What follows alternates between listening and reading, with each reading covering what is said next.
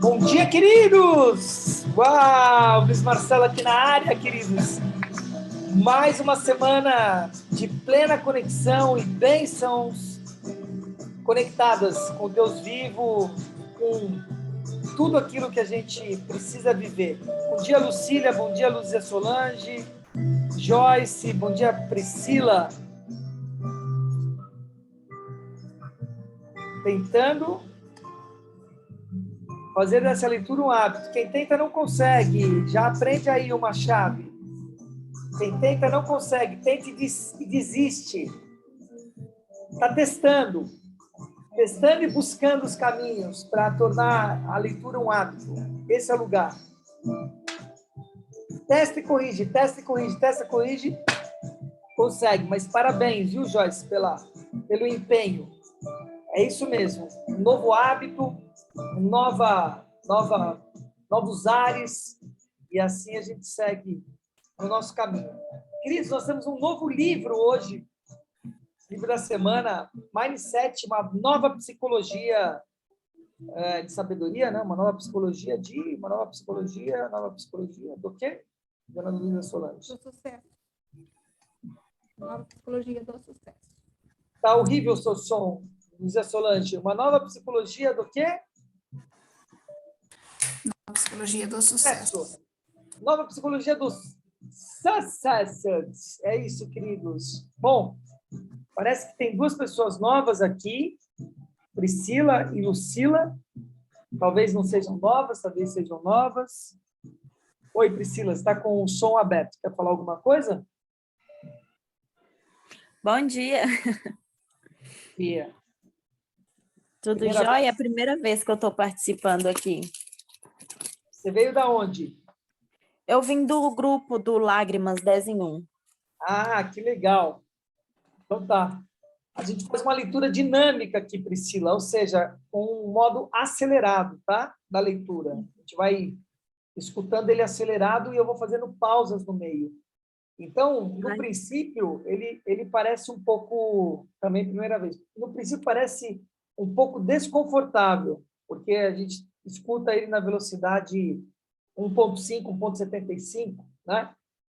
E o que a gente está acostumado é ler, parar, refletir, e aí se distrair, e assim por diante. O que a gente faz aqui, a gente pratica uma leitura moderna, uma leitura dinâmica, acelerada, em que você vai escutando, parece que você não está entendendo, mas isso está entrando em você, tá? Bacana. Então, essa é a dinâmica. Então, o que eu peço para vocês é que se dê o direito de testar essa metodologia. Faça isso, a leitura do livro, durante uma semana e veja o resultado. E aí, corrige o que tiver que corrigir, tá? Belezura? Lucília e Priscila. Belezura? Beleza, queridos? O que é o livro da semana da Bíblia, você sabe? Romanos? Ele leu Romanos hoje, não foi? Deixa eu ver aqui.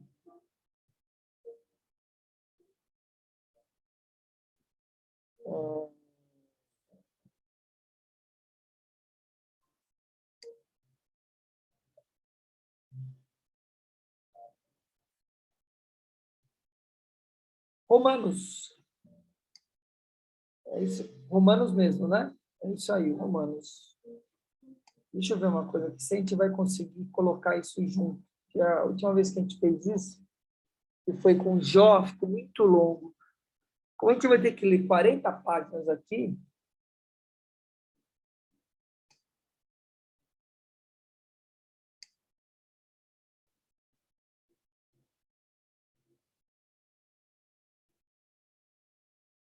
acho que é mais fácil ir em outro lugar aqui. Dá uma pausa aí, Sol, por favor.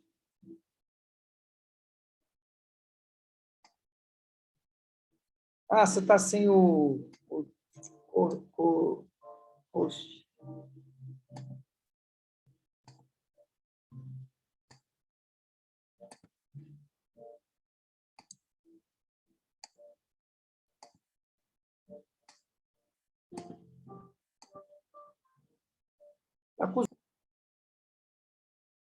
queridos, nós vamos escutar o nosso querido Cid Moreira, em Romanos. Isso eu não posso gravar, então vou perder comentários, essa coisa toda. Se estiver ao vivo, você pega aí com a gente. Só ao vivo que você vai conseguir estar recebendo essa carga. Se você não está ao vivo, está me escutando depois, pare a gravação agora, escute Romanos, 20 minutos, vão ser 16 capítulos, vão ser 3 capítulos por dia, basicamente, tá? Os 3 primeiros capítulos nós vamos escutar, e a gente já retoma com a leitura do livro. Belezura? Até já já. Um pouco mais por Opa, gratidão. Queridos, então estamos voltando aqui, deixa eu só recolocar o que eu coloquei aqui, porque não estava gravando. E Romanos traz essa questão da conduta, além do julgamento, né? Você ficar julgando o outro e ter a conduta. E a gente olha muito isso nas igrejas, né? Assim, templos, pregando uma coisa e vivendo outra, né? Então, menos é mais aí na história. Ele estava dizendo para a Rita de Cássia que tem a ver com a pergunta que ela fez no Aliança 559 hoje, sobre, bom, não fazem mal a mim, mas fazem mal a muitos que estão à minha volta. Essa foi a pergunta, né, que ela tinha feito. Eu dei algumas respostas. Alguns caminhos, não é mais do que resposta, alguns caminhos para ela. Depois fiquei pensando um pouco mais sobre esse lugar. Também pensar por que nós estamos conectados com essas pessoas, sabe? Qual é essa vibração, entende? Precisa olhar esse lugar, sabe? A gente precisa estar muito atento a esse lugar. Isso de uma forma mais ampla, é olhar e falar, nossa, nós estamos num país de corrupção. Por que eu estou num país de corrupção? Entende? Eu não estou lá na África, nem nos Estados Unidos, nem na Europa. Eu estou aqui.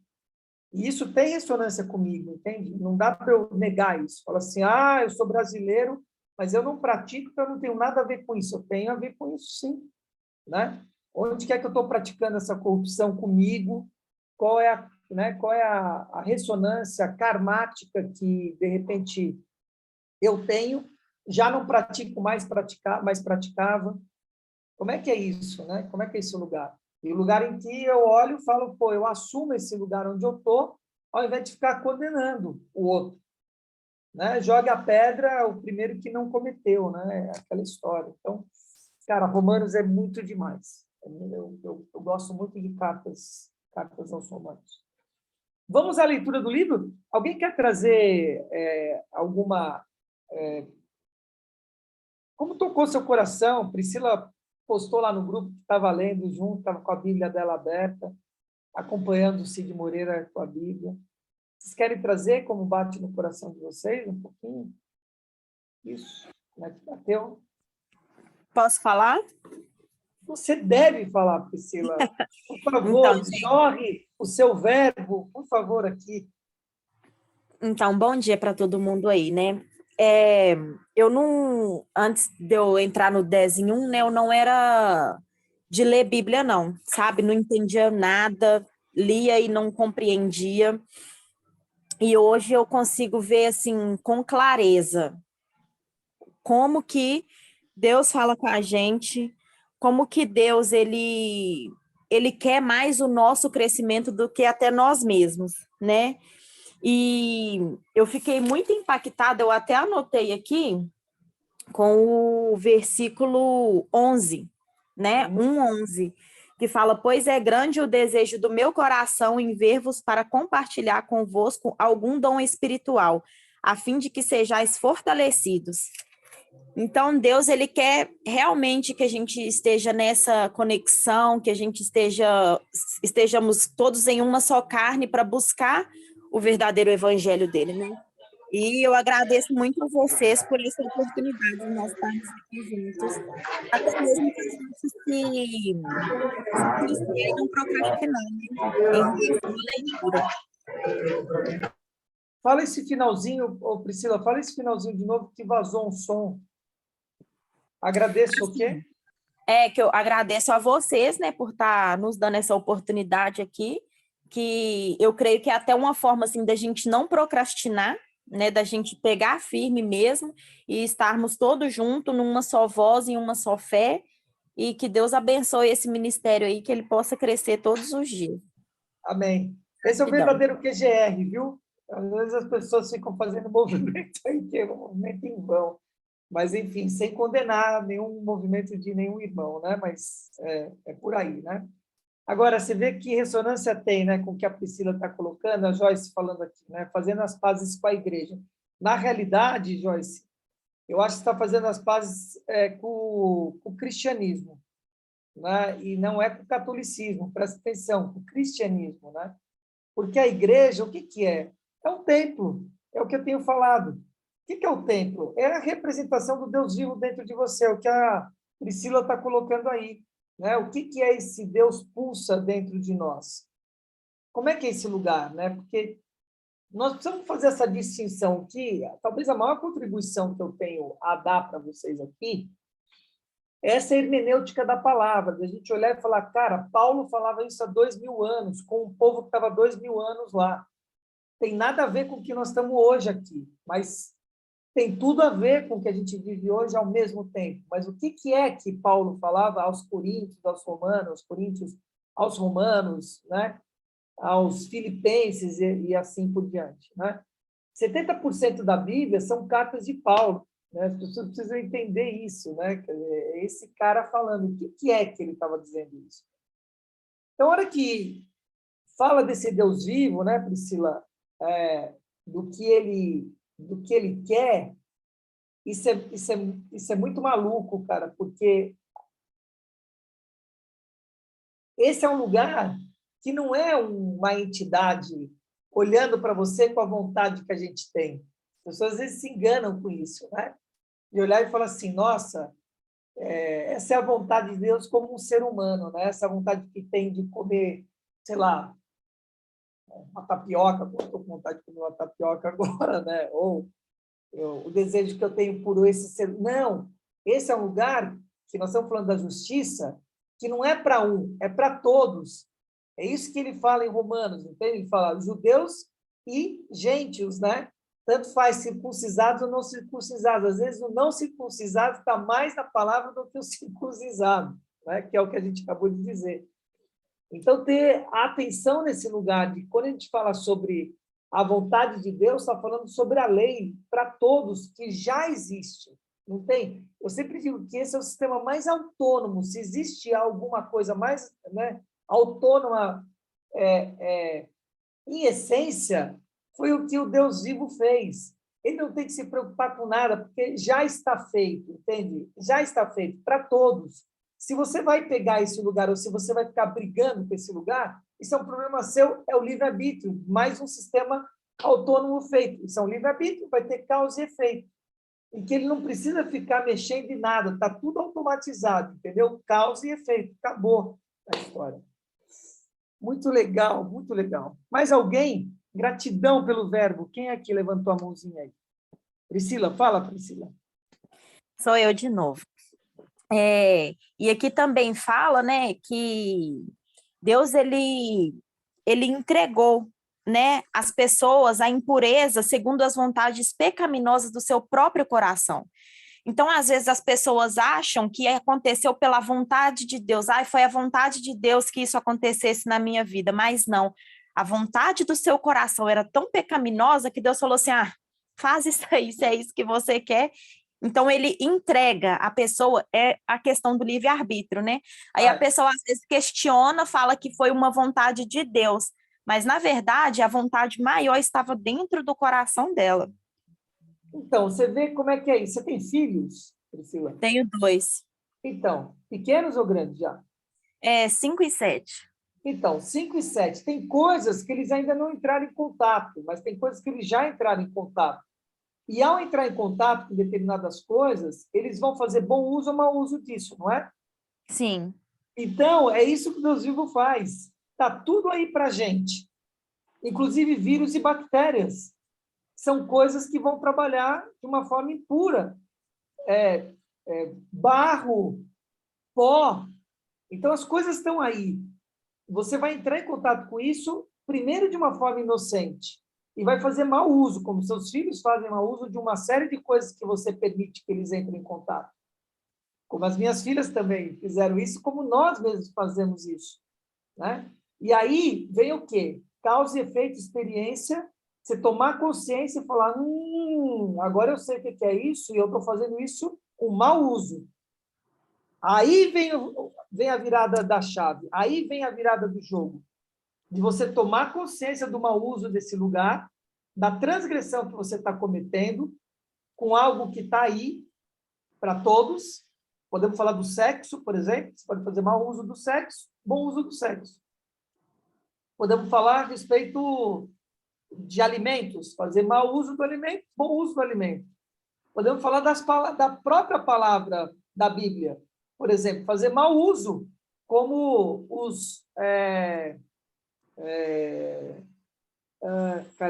como o Opus Dei, por exemplo, que faz mau uso desse lugar.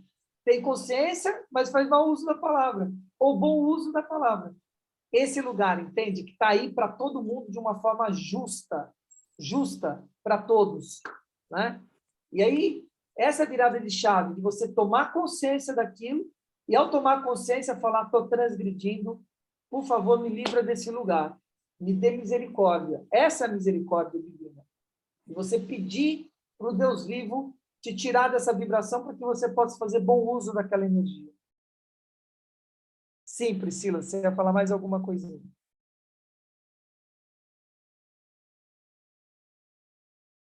Não? Oi, Márcia, seja bem-vinda, Márcia, querida. Mais alguém?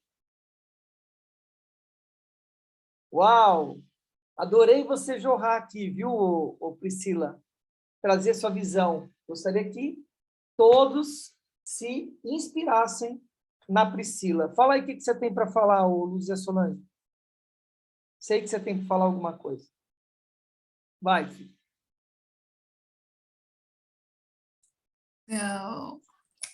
A Priscila já completou bastante coisa.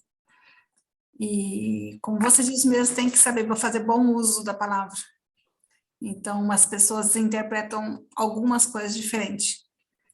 E tem que ter uma conexão disso, primeiramente, com Deus, para poder diferenciar mesmo o que ele quer dizer falar para nós.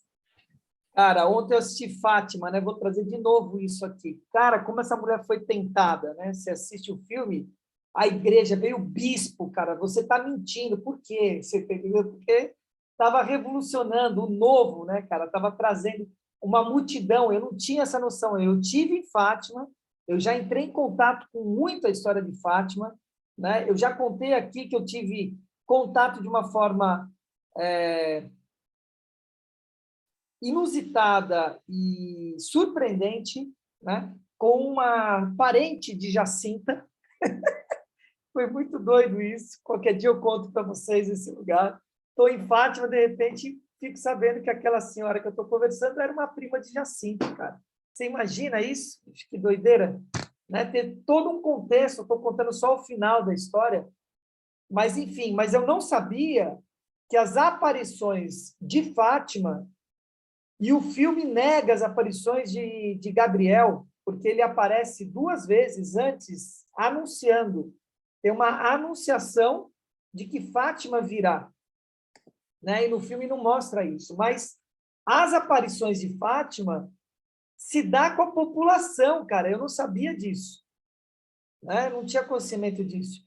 E, cada aparição, que era todo dia 13, olha o significado, 13, dia 13. O que é 13? Oi, Edilene, seja bem-vinda, Edilene. O que é 13? Grande transformação. 13 é o número da grande transformação. Cristo foi a 13ª energia. 12 apóstolos e Cristo como a 13ª energia. Essa é o significado do número 13, né? De grande transformação. Nada fica igual, não sobra pedra sobre pedra do 13. 13 ligado a Marcelo, ligado a Márcia, né? Todo M está ligado a esse arcano 13, porque está ligado à letra MEI. Então,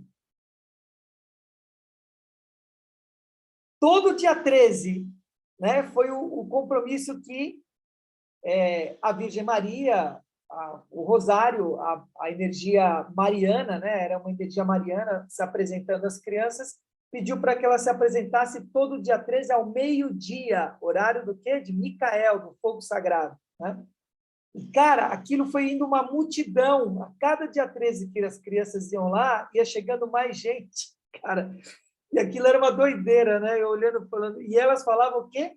Com nada. Aquele povo está olhando 3 crianças ajoelhadas, falando com a energia mariana, que eles não viam, só as crianças viam, e naquele lugar. E aí tem um evento, na última aparição, tem um evento em que o sol, né? O sol cai sobre a Terra, né? Ele vem e cai sobre a Terra, né? Foi a forma com que o Deus vivo, ou a energia mariana, fez com que aquelas pessoas que estavam ali sentissem o poder do que estava acontecendo. Agora, por que eu estou trazendo isso? Porque era o novo dentro da Igreja Católica, que já tinha um sistema que estava sendo mexido completamente com alguma coisa nova por 3 crianças que, teoricamente, não tem nenhuma autoridade, 3 crianças, uma de 10, uma de 8 e uma de 6. Não tem absolutamente nenhuma autoridade pela coisa, mas que estava em contato com aquilo que era mais sagrado, né? Aquilo que era mais sagrado. Então, queridos, precisa fazer uma leitura precisa, hermenêutica. Essa é a grande questão. Precisa entrar em contato, precisa acessar esse lugar, além da palavra, além do que você está lendo, que está por trás do que você está lendo. Que não seja uma interpretação sobre o seu julgo, mas uma interpretação hermenêutica sobre o que está por trás, conectado com várias energias, né? Esse é o lugar. Muito legal. Uau! Assistam Fátima, que foi muito legal, e, sobretudo, estejam em Fátima. Vá a Fátima, né, em Portugal. Estando lá, faça o caminho da Via Crucis de Lúcia. Ninguém faz esse caminho. Ninguém assim, quase ninguém faz esse caminho. As pessoas chegam na Cidade Baixa e pegam o ônibus ou uma van para ir para a Cidade Alta, onde estão as casas de Lúcia e Jacinta e Francisco, né? Mas tem um caminho, que é o caminho que eles percorriam no terreno do pai para ir ao local, né? Que hoje é o santuário, né? E no filme, vou dar uma dica para vocês, no filme tem uma hora que Lúcia vê a mãe doente e ela vai para o lugar da aparição e ela ajoelha e sobe até o lugar da aparição de joelhos.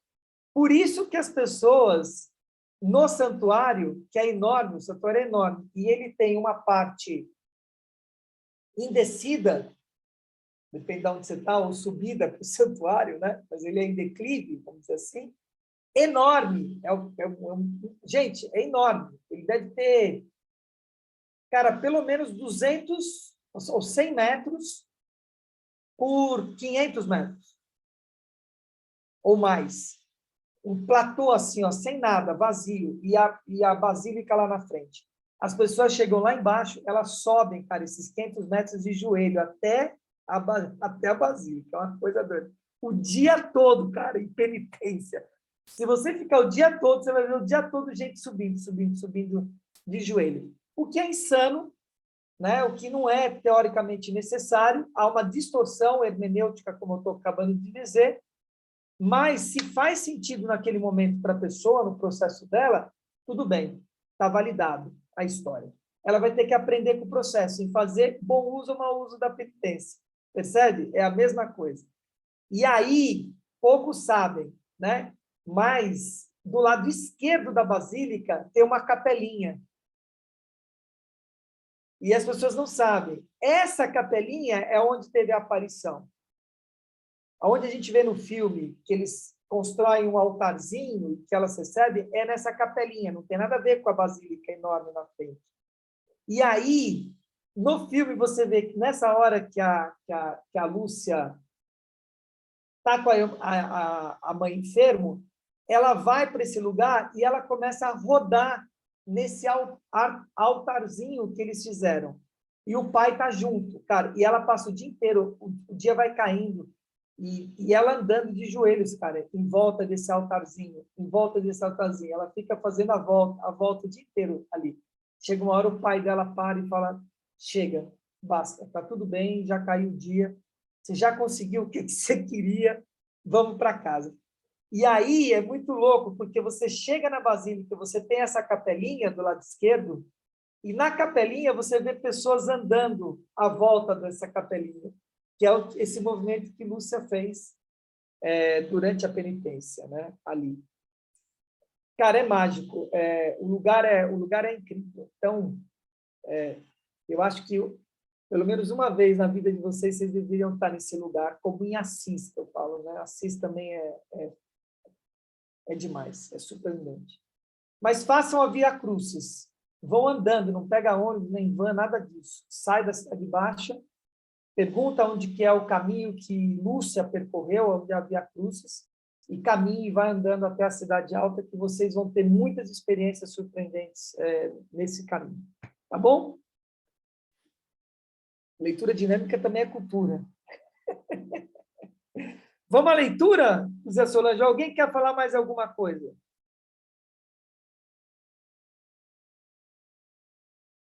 Não? Silêncio é uma prece? O silêncio é uma prece. Então tá, vamos para a nossa leitura. Ó a Giza chegando aí. Giza, aliás. Giza está de volta. Vamos só dar boas-vindas a Giza e a gente começa. Giza, você está de volta, Giza, querida. Estou, bom dia, bom dia, bom dia. Bom dia. Você perdeu Romanos, minha querida. Depois você... Tá, você pega, tem problema. Pega os comentários de Romanos, que foi muito legal. Priscila trouxe umas reflexões muito importantes aqui. Eu contei de Fátima, do filme de Fátima, estive em Fátima, foi muito legal. Então... Depois eu vejo o remake aqui de novo. Isso, você vai assistir. Agora a gente vai começar o livro. Você chegou no ponto, nós vamos começar o livro agora, tá bom, Giza? Perfeito. Gostei do seu cabelo, hein? Tá mais moderno, mais bonito. Obrigada, são seus olhos, queridos. Os olhos de Deus estão me vendo aí, é isso. Eu estou cada vez mais a representação do Deus vivo, é isso. É exatamente isso. Aí. É isso Né? aí. É isso aí. Então vamos lá. Bora lá, queridos.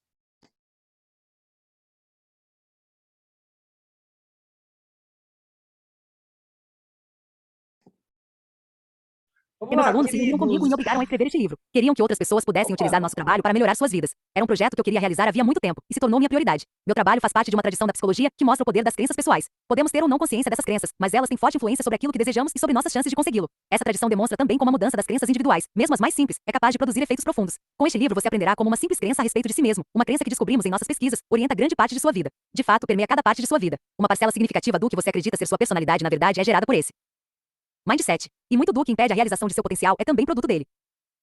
Até hoje, nenhum livro explicou como funciona esse mindset nem demonstrou como é possível utilizá-lo em nossa vida. Rapidamente você compreenderá os grandes homens e mulheres, nas ciências e nas artes, nos esportes e nos negócios, assim como aqueles que não conseguiram se destacar. Compreenderá seus parceiros, seu chefe, seus amigos e seus filhos. Verá como libertar seu potencial, assim como de seus filhos. É um privilégio partilhar minhas descobertas com você. Além de relatos sobre as pessoas que participaram de minha pesquisa, apresento nos capítulos a seguir histórias tiradas de manchetes de jornais, baseadas em minha própria vida e experiência, para que você possa ver o mindset em ação. Na maior parte dos casos, os nomes e as informações pessoais foram modificados para preservar o anonimato. Em alguns, diversas pessoas foram condensadas em uma só, a fim de demonstrar uma ideia com mais clareza. Certos diálogos foram recriados de memória. Procurei reproduzi-los da melhor maneira possível. Ao final de cada capítulo e em todo o último capítulo, mostra a você maneiras de aplicar as lições, formas de reconhecer o mindset que está orientando sua vida, compreender seu funcionamento e modificá-lo caso deseje. Quero aproveitar a oportunidade para agradecer a todos os que possibilitaram minha pesquisa e este livro. Meus alunos fizeram de minha carreira de pesquisadora uma imensa alegria. Espero que tenham aprendido comigo tanto quanto aprendi com eles. Também quero agradecer às organizações que deram apoio à nossa pesquisa: a Fundação William T. Grant, a Fundação Nacional de Ciência, o Departamento de Educação, o Instituto Nacional de Saúde Mental, o Instituto Nacional de Saúde Infantil e Desenvolvimento Humano, a Fundação Spencer e a Fundação Hikes. Os funcionários da Random House formaram a equipe mais estimulante que eu poderia desejar. Webster Unce, Daniel Menaker, Tom Perry, mais do que quaisquer outras pessoas, minhas editoras Caroline Sutton e Jennifer Hershey. Seu entusiasmo pelo meu livro e suas valiosas sugestões fizeram toda a diferença. Agradeço a meu extraordinário agente, Gilles Anderson, assim como a Heidi Grant, por ter me colocado em contato com ele. Sou grata a todos os que me deram sugestões e feedbacks, mas agradeço especialmente a Polly Schumann, Richard Dweck e Marian Peskin, por suas extensas e penetrantes observações. Finalmente, agradeço ao meu marido, David, pelo amor e entusiasmo, que confere uma dimensão maior à minha vida. Seu apoio durante todo este projeto foi excepcional. Meu trabalho trata de crescimento e ajudou a estimulá-lo em mim. Desejo que produza o mesmo efeito em você.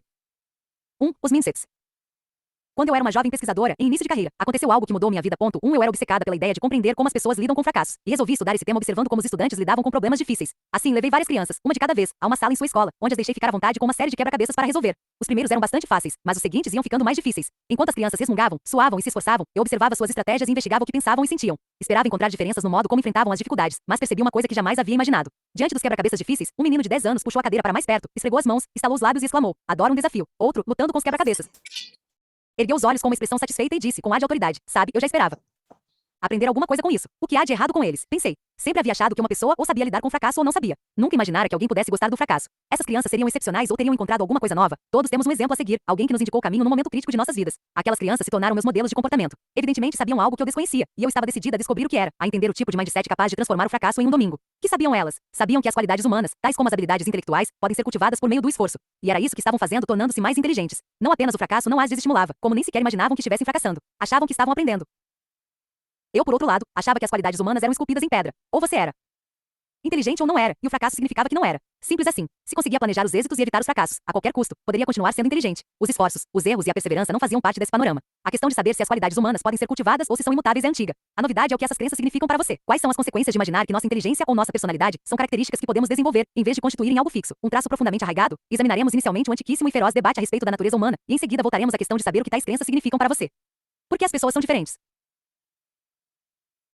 Desde o começo dos tempos, as pessoas pensaram, agiram e viveram de modo diverso umas das outras. Obviamente alguém iria querer saber por que as pessoas eram diferentes, porque algumas são mais inteligentes ou mais éticas, e se havia alguma coisa que as tornava permanentemente distintas. Essa questão foi vista de duas maneiras pelos estudiosos. Alguns afirmavam que havia forte base física para as diferenças, que as tornava inevitáveis e inalteráveis. Ao longo do tempo, a essas alegadas diferenças físicas foram acrescidos as protuberâncias cranianas, frenologia, o tamanho e a forma do crânio, craniologia, e, hoje em dia, os genes. Dois outros apontaram para a grande diversidade de formação de cada pessoa, suas experiências, o treinamento ou formas de aprendizado. Talvez você se surpreenda ao saber que um dos grandes defensores dessa opinião foi Alfred Binet, inventor do teste de quociente de inteligência Q. Ponto 3 seria o objetivo desse teste resumir a inteligência imutável das crianças? Na verdade, não. Binet francês que trabalhou em Paris no início do século XX, pretendia identificar as crianças que não estivessem obtendo êxito no aprendizado nas escolas públicas parisienses, a fim de possibilitar a criação de novos programas educativos que permitissem a sua recuperação.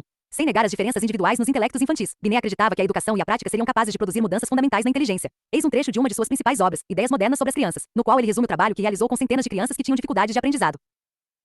Alguns filósofos modernos afirmam que a inteligência de um indivíduo é uma quantidade fixa, uma quantidade que não pode ser aumentada. Devemos reagir e protestar contra esse pessimismo brutal. Com a prática, o treinamento e, acima de tudo, o método, somos capazes de aperfeiçoar nossa atenção, nossa memória e nossa capacidade de julgamento, tornando-nos literalmente mais inteligentes do que éramos antes. 4. Quem terá razão? Hoje em dia, a maioria dos especialistas concorda que não há uma única resposta. Não se trata de natureza ou estímulo, genes ou meio ambiente. A partir da concepção, há um intercâmbio constante entre uma coisa e outra. Com efeito, como diz Gilbert Gottlieb, eminente neurocientista, não apenas os genes e o meio ambiente cooperam entre si à medida que nos desenvolvemos. Como os genes necessitam da contribuição do meio ambiente, a fim de funcionar de maneira adequada. 5. Ao mesmo tempo, os cientistas estão percebendo que as pessoas têm maior capacidade do que se havia imaginado para aprender e desenvolver o cérebro durante toda a vida. É claro que cada um possui uma dotação genética específica. As pessoas podem ter diferentes temperamentos e aptidões no início de suas vidas, mas evidentemente a experiência, o treinamento e o esforço pessoal conduzem-nas no restante do percurso. Robert Serberger, o guru da inteligência na atualidade, escreveu que o principal modo de aquisição de conhecimento especializado não é alguma capacidade prévia e fixa, e sim a dedicação com o objetivo. 6. Ou como reconheceu seu precursor Binet. Nem sempre as pessoas que começam a vida como as mais inteligentes acabam sendo as mais inteligentes. O que tudo isso significa para você? Os dois tipos de mindset. Ouvir opiniões de sábios sobre assuntos científicos é uma coisa. Outra é compreender de que forma essas opiniões se aplicam a você. Minhas pesquisas ao longo de 20 anos demonstraram que a opinião que você adota a respeito de si mesmo afeta profundamente a maneira pela qual você leva a sua vida. Ela pode decidir se você se tornará a pessoa que deseja ser e se realizará aquilo que é importante para você. Como acontece isso? Como pode uma simples crença ter o poder de transformar sua psicologia e, consequentemente, sua vida? Acreditar que suas qualidades são imutáveis. O mindset fixo cria a necessidade constante de provar a si mesmo seu valor. Se você possui apenas uma quantidade limitada de inteligência, determinada personalidade e certo caráter moral, nesse caso terá de provar a si mesmo que essas doses são saudáveis. Não lhe agradaria parecer ou sentir-se deficiente quanto a essas características fundamentais. Alguns de nós aprendemos a adotar esse mindset desde a tenra infância. Ainda criança, eu me preocupava em ser inteligente, mas o verdadeiro mindset ficou na verdade marcado em mim por causa da senhora Wilson, minha professora da sexta série. Ao contrário de Alfred Binet, ela achava que os resultados do QI revelavam exatamente quem eram as pessoas. Nossas carteiras na sala eram arrumadas em ordem de QI, e somente os alunos de QI mais elevado eram encarregados de transportar a bandeira, cuidar dos apagadores ou levar um bilhete ao diretor. Além da ansiedade que diariamente provocava com sua atitude julgadora, criava também um mindset fixo no qual cada criança da classe tinha um objetivo primordial: parecer inteligente e não boba. Quem poderia se ocupar de aprender ou achar isso divertido? Quando a totalidade de nosso ser se sentia ameaçada cada vez que ela nos dava uma prova ou nos interrogava na aula. Já vi inúmeras pessoas que têm um único objetivo essencial de provar a si mesmas na sala de aula, em suas carreiras e em seus relacionamentos. Cada situação exige uma confirmação de sua inteligência personalidade ou caráter. Cada situação passa por uma avaliação. Terei sucesso ou fracassarei? Farei papel de tolo ou me mostrarei inteligente? Serei aceito ou rejeitado? Vou me sentir vencedor ou derrotado? Mas não é fato que nossa sociedade valoriza a inteligência, a personalidade e o caráter. Não é normal querer desenvolver essas características? Sim, mas há outro mindset no qual essas características não são simplesmente como cartas de baralho que você recebe e com as quais tem de viver, sempre tentando convencer a si mesmo e aos demais que tem um Royal Flush nas mãos, quando no íntimo teme ter somente um par de 10. Nesse outro mindset, as cartas recebidas constituem apenas o ponto de partida do desenvolvimento. Esse mindset de crescimento se baseia na crença de que você é capaz de cultivar suas qualidades básicas por meio de seus próprios esforços. Embora as pessoas possam diferir umas das outras de muitas maneiras em seus talentos, aptidões iniciais, interesses ou temperamentos, cada um de nós é capaz de se modificar e desenvolver Dá uma pausinha. por meio do esforço e da experiência. Será que as pessoas dotadas desse mindset acreditam que qualquer um pode? Então, vai a primeira... Descompartilha. Você vai a primeira reflexão aqui. Importante. Ó, e lembra, se vocês quiserem falar alguma coisa no meio do livro, não tem nenhum problema, a gente para. É só levantar a mão, a gente tá atento aqui, tá? E a gente, então, logo faz a pausa e vocês trazem um comentário, tá? Não precisa só eu ficar falando que nem papagaio de pirata aqui, ok? Beleza? Vocês têm autonomia para isso, é só levantar a mãozinha, tá? Se for algo muito importante, abre o microfone e pede, a Lúcia Solange para, tá? Ah, faz uma pausa, que nem eu faço, mesma coisa, tá bom? Só modela o que eu estou fazendo aqui. E pega o poder para vocês também, ok? Ó, vou trazer uma coisa importante aqui, que é muito legal, que ele está trazendo já de início, tá? Não necessariamente o que está sendo exigido de você é aquilo que você pensa de você e vê como representação sua. Tem um desajuste, ele está falando de um desajuste daquilo, de como você se vê e aquilo que está sendo executado pelo que o outro te vê, ou que a sociedade te exige. Mesmo que seja legal. Ah, é legal ser inteligente, ter um QI, não sei o que lá. Mas como que essa criança está se vendo verdadeiramente? Fica um gap, fica um desajuste na história. É isso que ele está trazendo. E isso é muito legal, tá bom? Bora lá, vamos seguir.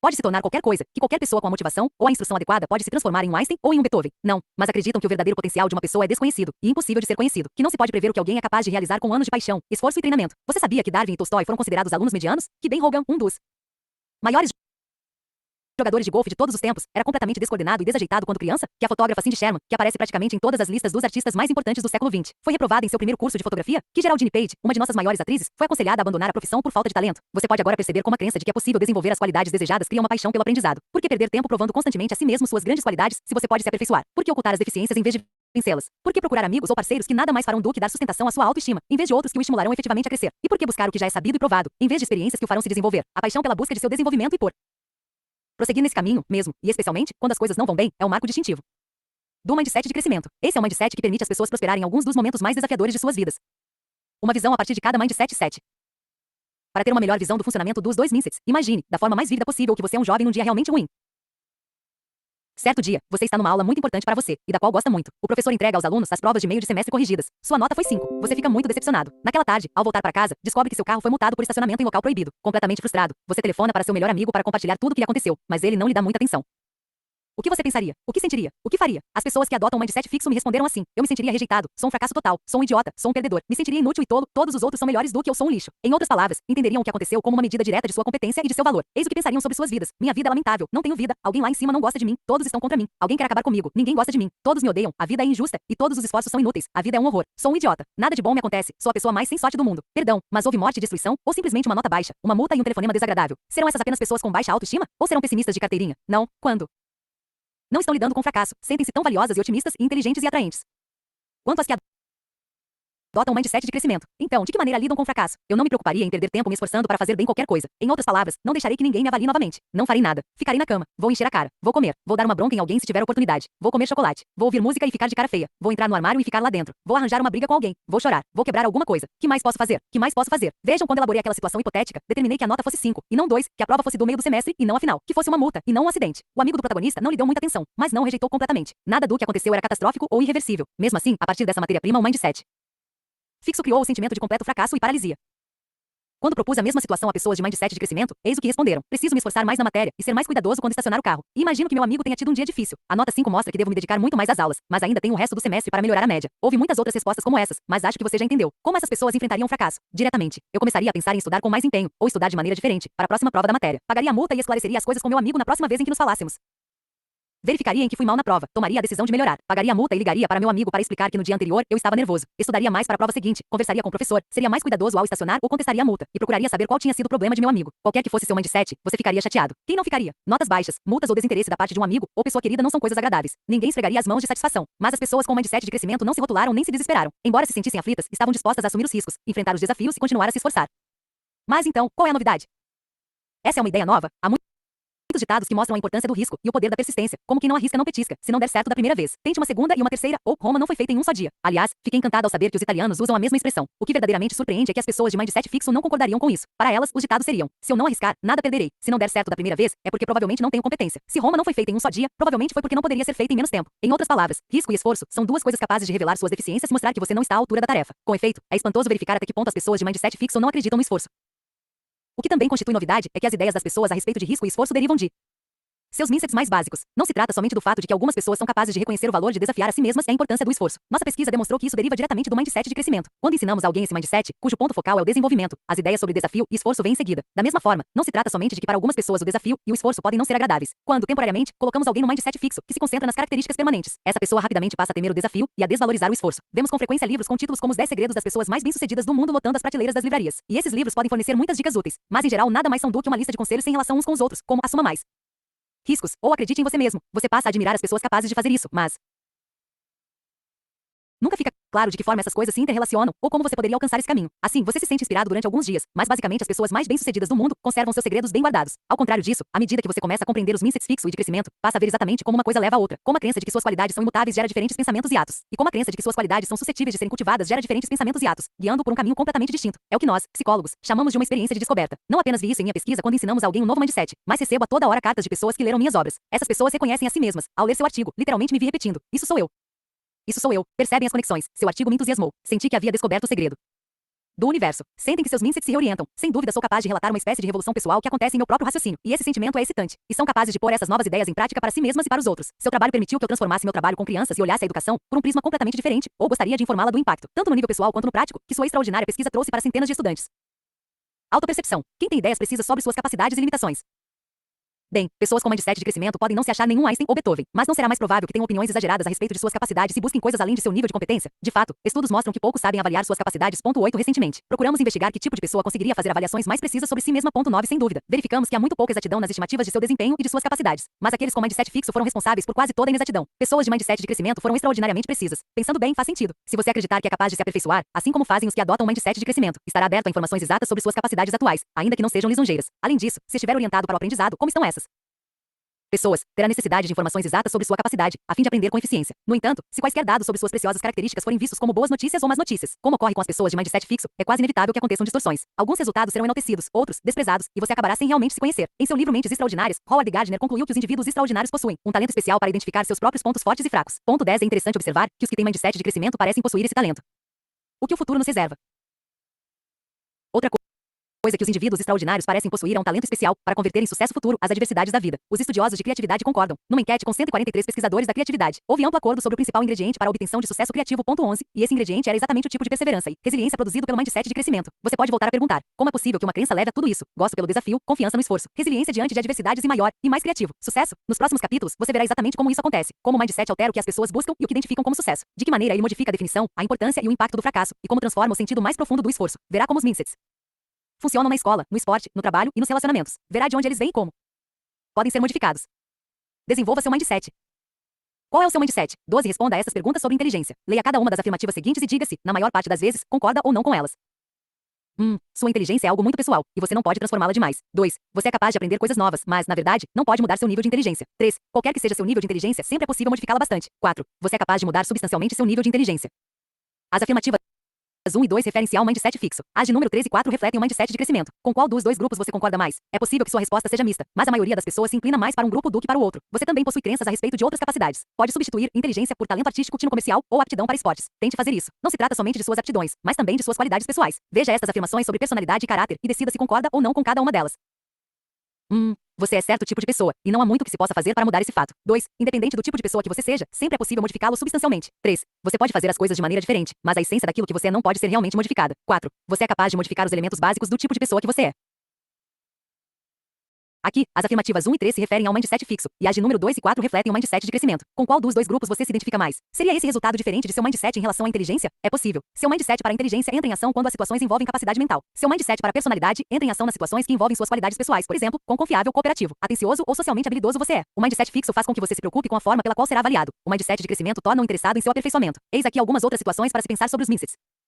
Pense em alguém que você conheça que esteja mergulhado no mindset fixo. Veja como essas pessoas sempre procuram se pôr à prova, e como são supersensíveis a respeito da possibilidade de terem opiniões equivocadas ou de cometerem erros. Você já se perguntou por que elas são assim? Você é assim? Agora você pode começar a compreender os motivos. Pense em alguém que você conheça que tem as aptidões do mindset de crescimento. Alguém que compreenda que as qualidades importantes podem ser cultivadas. Pense em como essas pessoas enfrentam os obstáculos. Pense naquilo que fazem para se aperfeiçoar. Em que você gostaria de se modificar ou aperfeiçoar. Muito bem, agora imagine que você resolveu aprender um novo idioma e se matriculou num curso. Depois de algumas aulas, o professor chama você para a frente da sala e começa a lhe fazer uma série de perguntas.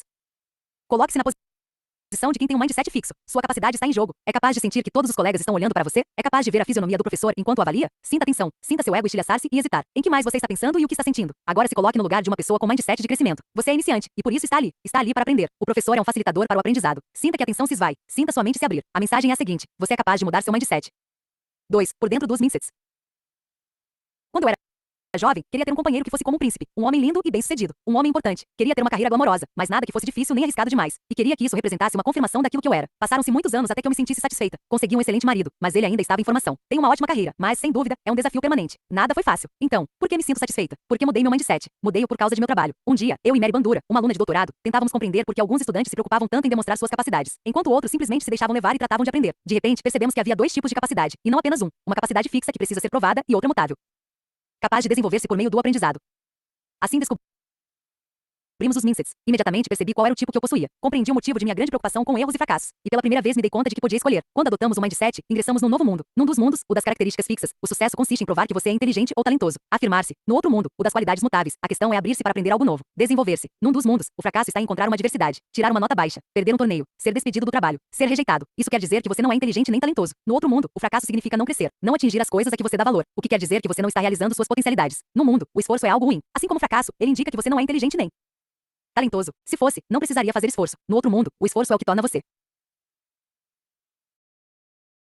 inteligente ou talentoso. Você tem escolha. Os mindsets nada mais são do que crenças. São crenças poderosas, mas são apenas algo que está em sua mente, e você pode mudar sua mente. Enquanto lê, pense aonde gostaria de ir e que mindset pode levá-lo até lá.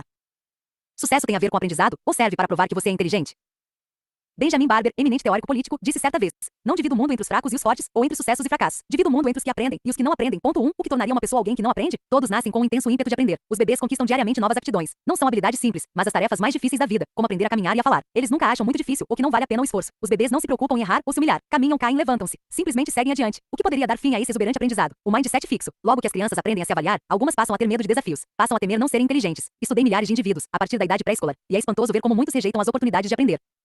Oferecemos uma escolha a crianças de 4 anos. 2 poderiam refazer um quebra-cabeça fácil ou tentar outro, mais difícil. Mesmo nessa tenra idade, as crianças que adotavam um mindset fixo, as que acreditavam que os traços são imutáveis e preferiam a alternativa mais segura. As crianças que já nascem inteligentes não cometem erros, elas nos disseram. As crianças que adotavam um mindset de crescimento, as que acreditavam ser possível ficar mais inteligente, acharam estranha essa escolha. Por que está me pedindo isso? Por que alguém vai querer continuar fazendo o mesmo quebra-cabeça? Escolhiam sempre um novo e mais difícil. Estou louca para descobrir a solução, exclamou uma menininha. Assim, as crianças de mindset fixo querem ter certeza de que terão êxito. Pessoas inteligentes sempre devem ter êxito. Já para as crianças de mindset de crescimento, o sucesso significa desenvolver-se, significa ficarem mais inteligentes. Uma menina da 7ª série resumiu a questão. 3.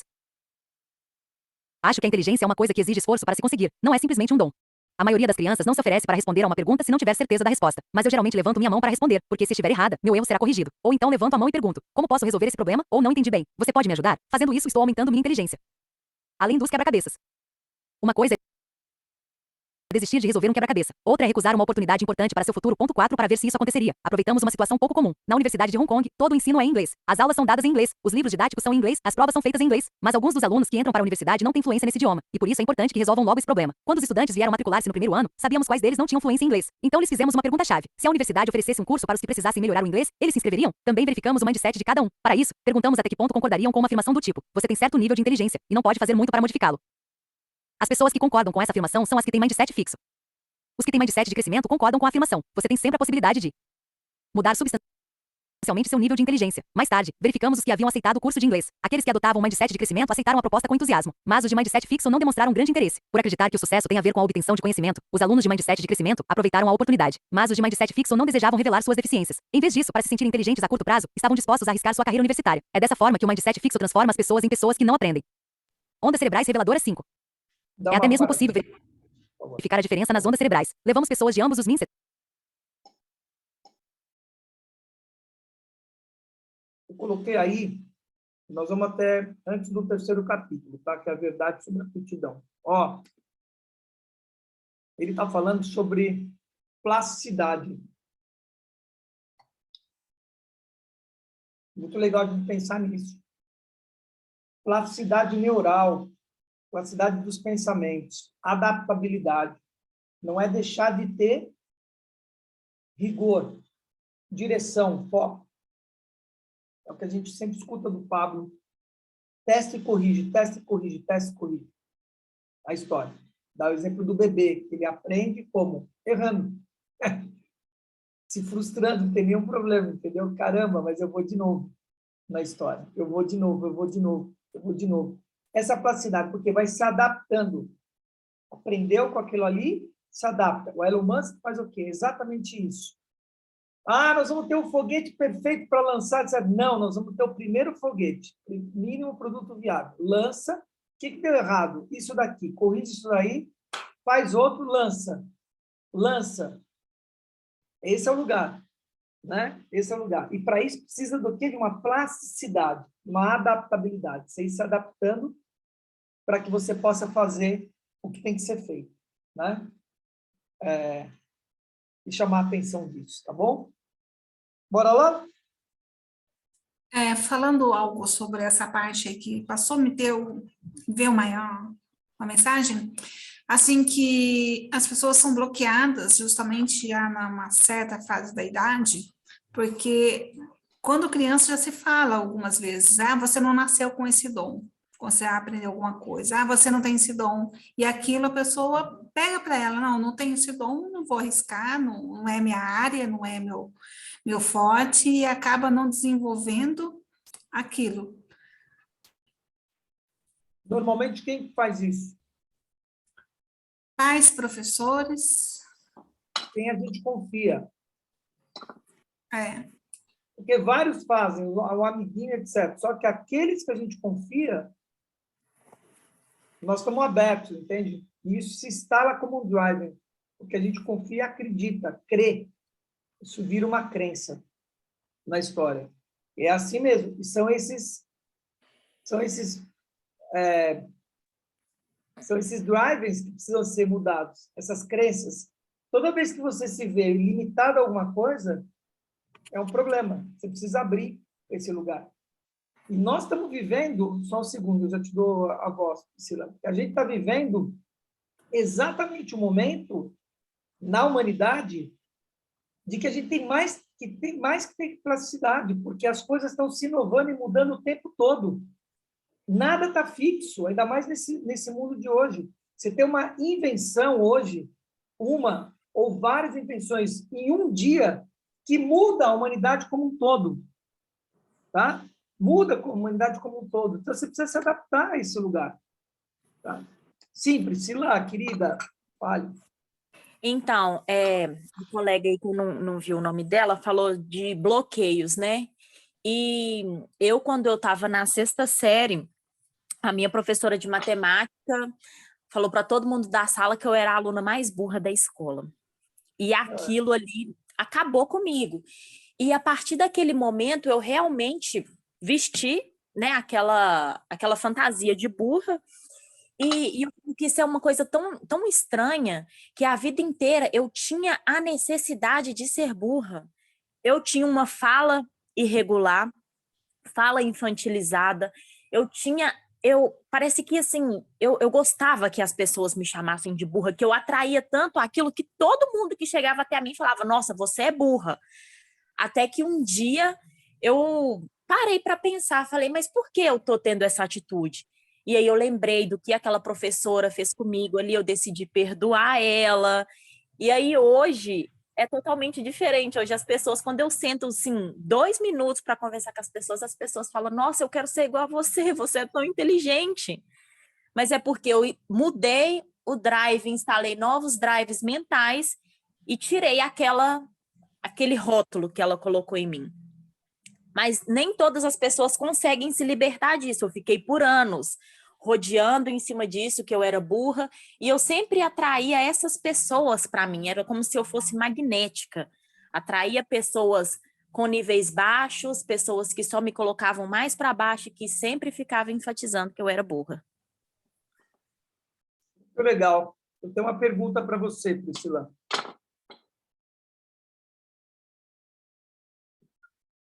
Posso fazer? Pode sim, pode. Você acha que essa situação que você descreveu numa situação negativa, né? Sim. Então, colocando uma situação de inferioridade da burrice, né? Sim. Você acha que pode acontecer a mesma coisa no lado positivo? Pode sim, pode acontecer sim. Só que no ponto de vista hoje das pessoas, né, vamos colocar assim no lugar das pessoas, as pessoas elas preferem citar os seus defeitos ou às vezes a sua preguiça, procrastinação do que elevar a sua autoestima e a sua qualidade. Então eu acho que assim é mais difícil, né? Olhar as pessoas falarem positivamente de você, mas não é impossível. Então, mas o que eu estou perguntando é, ao falar positivamente para você, pode ser maléfico? Não estou conseguindo compreender. Ó, ao invés de falar que você era burra, falasse que você era inteligente. Você acha que isso iria ser bom ou ruim para você? Seria bom, né? Porque a gente Ó, tem ego, né? É uma coisa que vai ó, massagear o seu ego. Só então, que hoje, para mim, é indiferente. Hoje, para mim, não ó, importa se fala que eu sou burra ou inteligente. isso, mas eu estou falando lá atrás, a criança que está sendo educada, Não, lá atrás é com os drives, certeza. os Com drives. certeza. Então, esse é um engano. Por isso que eu estou perguntando para você. Sabe por quê? Eu vivi isso que eu estou te falando. Sim. Então, o que eu estou dizendo? Eu sou loirinho, de olho azul, e tem um arquétipo, teoricamente, da raça ariana inteligente. E eu sou inteligente. Só que na hora que isso é reforçado para você lá na infância, você passa a acreditar que você tem que reforçar essa imagem do inteligente. Olha que loucura.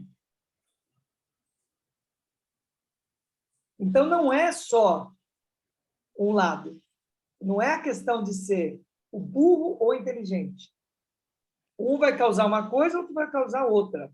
Mas o reforço dessa imagem, que é distorcida, porque eu não sou só inteligente. Eu sou também inteligente. Mas tem uma série de coisas que me faltam. E que falta a qualquer um. Da mesma forma, te faltavam coisas, mas você tinha coisas que eram de qualidades naturais, suas, e é qualquer um. Então,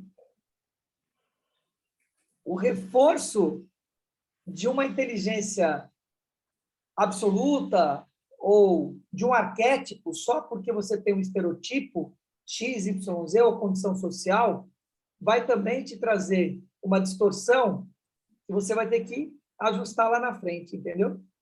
Porque você fica acreditando que é só aquilo. Você pegou o que eu falei?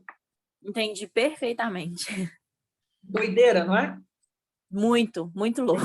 Eu destravei uma coisa para você agora que, cara, É verdade, foi verdade. Meu cérebro foi a mil agora.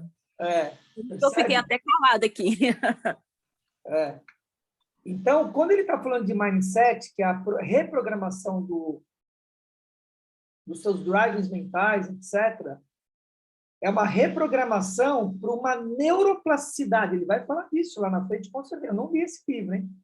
Eu não leio nenhum livro antecipadamente, mas eu sei do que o cara está falando.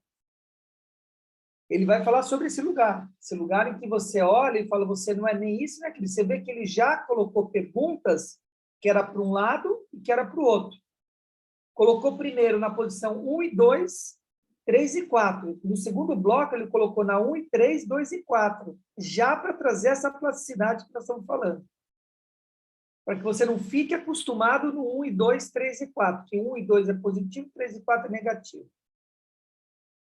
É muito bom esse livro. Mesmo. Que vida, hein? Vamos continuar aqui? Bora lá, Sol?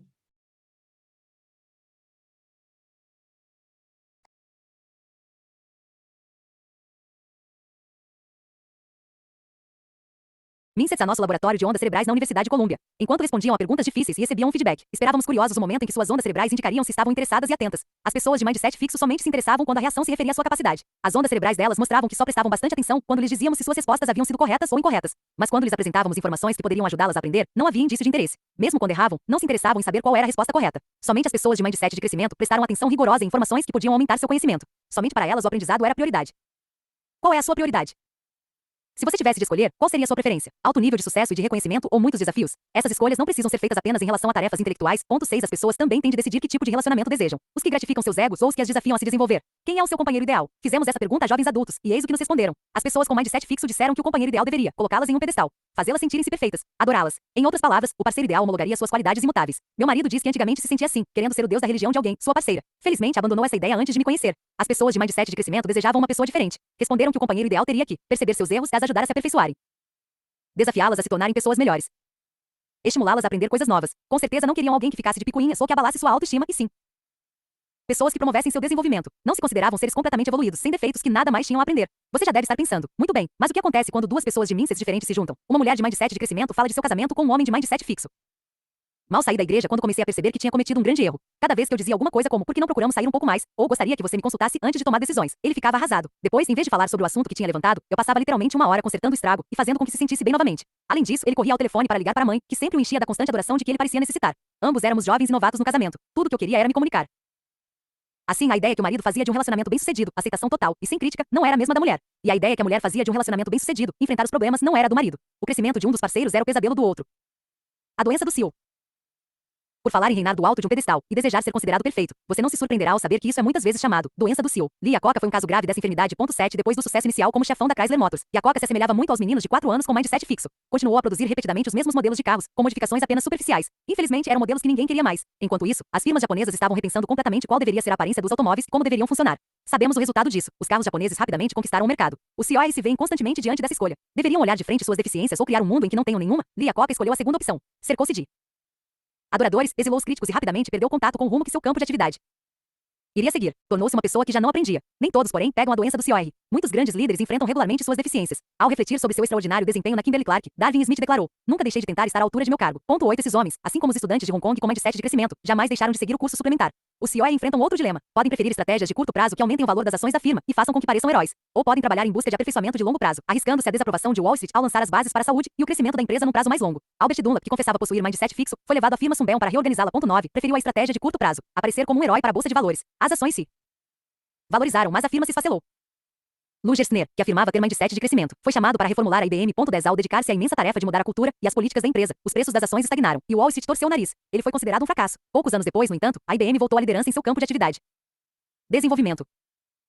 No mindset de crescimento, as pessoas não apenas buscam o desafio, mas prosperam com ele. Quanto maior o desafio, mais elas se desenvolvem. E em nenhum lugar isso pode ser visto com mais clareza do que no mundo dos esportes. Você pode observar as pessoas se desenvolverem e crescerem. Mia Hamm, a maior jogadora de futebol de seu tempo, diz isso com clareza. Durante toda a minha vida joguei acima de minha categoria. Isto é, desafiei a mim mesma com gente mais velha, mais forte, mais habilidosa e mais experiente. Em suma, melhores do que eu. 11 primeiro. Jogou com o irmão mais velho. Em seguida, aos 10 anos de idade, entrou para a equipe de meninos de 11 anos. Depois se lançou na principal equipe universitária dos Estados Unidos. Todos os dias eu procurava jogar no nível deles, e melhorei mais depressa do que julgava ser possível. Patrícia Miranda era uma aluna do ensino médio, gordinha e sem físico atlético que queria dedicar-se a luta livre. 12 Depois de uma contundente derrota, alguém lhe disse: você é uma piada. Primeiro ela chorou, depois se decidiu. Aquilo realmente me fez tomar uma atitude firme. Eu precisava ir adiante, e tinha de saber se a dedicação, o esforço e a concentração no treinamento poderiam de alguma forma fazer com que me afirmasse como lutadora. Como conseguiu chegar a essa decisão? Miranda havia levado uma vida sem desafios. Mas quando a mãe morreu de aneurisma aos 40 anos, ela, com 10, descobriu um lema: quando você jaz no leito de morte. Uma das coisas mais sensatas que poderia dizer é: eu realmente procurei me conhecer. Esse sentimento de urgência ficou marcado em mim quando minha mãe morreu. Se você passar pela vida fazendo somente o que é fácil, deve se envergonhar. Assim, quando a luta livre lhe apresentou um desafio, ela estava preparada para enfrentá-lo. Seu esforço foi recompensado. Aos 24 anos, foi Miranda quem riu por último. Ganhou a vaga em sua categoria de peso na equipe olímpica dos Estados Unidos, voltou de Atenas com uma medalha de bronze. E o que aconteceu em seguida? Entrou para a faculdade de Direito da Universidade Yale. As pessoas lhe diziam para ficar onde já era campeã, mas Miranda achou mais estimulante começar novamente de baixo e ver que conquistas poderiam se seguir dessa vez. Desenvolver-se além do possível. Às vezes as pessoas de mindset de crescimento se esforçam tanto que realizam o impossível. Em 1995, o ator Christopher Reeve caiu de um cavalo. 13 e quebrou o pescoço. A medula espinhal se separou do cérebro, e ele ficou completamente paralisado do pescoço para baixo. A ciência médica disse: sinto muito, adapte-se a isso. Reeve, entretanto, iniciou um extenuante programa de exercícios que exigia a movimentação de todas as partes de seu corpo paralítico por meio de estímulos elétricos. Por que não poderia aprender a se mover novamente? Por que seu cérebro não poderia voltar a transmitir ordens a que o corpo obedeceria? Os médicos advertiram-no de que não havia jeito e que o resultado seria decepção. Já tinham visto outras pessoas na mesma situação, e não era bom sinal para sua adaptação. Mas, na verdade, o que mais ele poderia fazer com o tempo que tinha diante de si? Haveria um projeto melhor? 5 anos depois, Reeve começou a recuperar os movimentos. Primeiro aconteceu com as mãos, depois os braços, em seguida as pernas e finalmente o tórax. Estava muito longe da cura, mas os exames cranianos mostraram que seu cérebro novamente mandava sinais para o corpo e que o corpo reagia. Ele não apenas ampliou sua capacidade, mas mudou completamente a maneira pela qual a ciência vê o sistema nervoso e seu potencial de recuperação. Ao fazer isso, abriu um novo panorama para a pesquisa e uma nova via de esperança para as pessoas portadoras de lesões na medula espinhal. Dá uma pausa. Esperar no que é seguro. É evidente que pessoas de mindset de crescimento prosperam. Deus do céu, esse livro não sei se a gente vai conseguir avançar, porque tanta coisa. Vou dizer para vocês, tem muita coisa. Uau!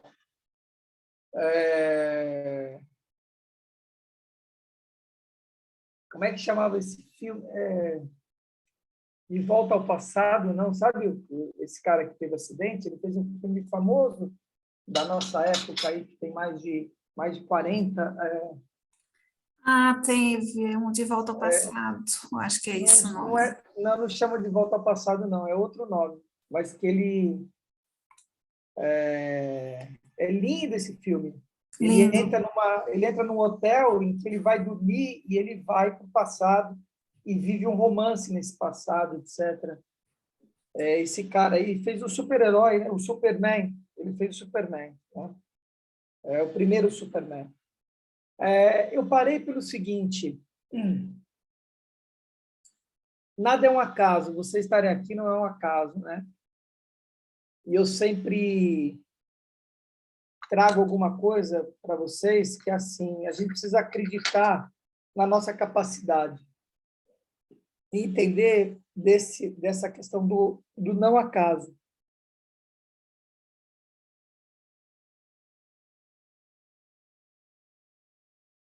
Você vai viver uma situação fluida ou uma situação constrangedora.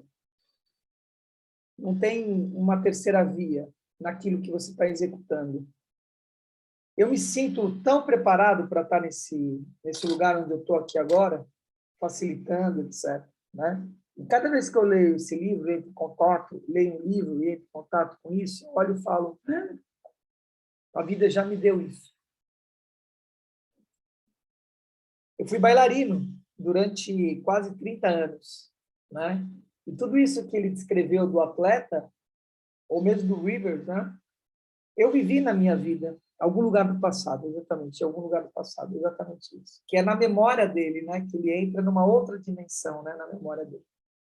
Ele acessa uma outra dimensão em 1900 e alguma coisa, né? Ele vai lá naquele hotel em que ele já tinha vivido aquilo com uma mulher. É muito suave, muito lindo esse filme.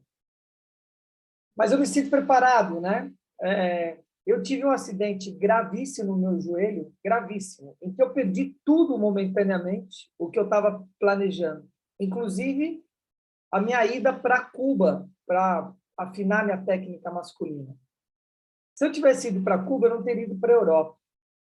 Se eu não tivesse tido esse machucado, que me levou a um sofrimento, uma dor, perdas de muitas coisas, né?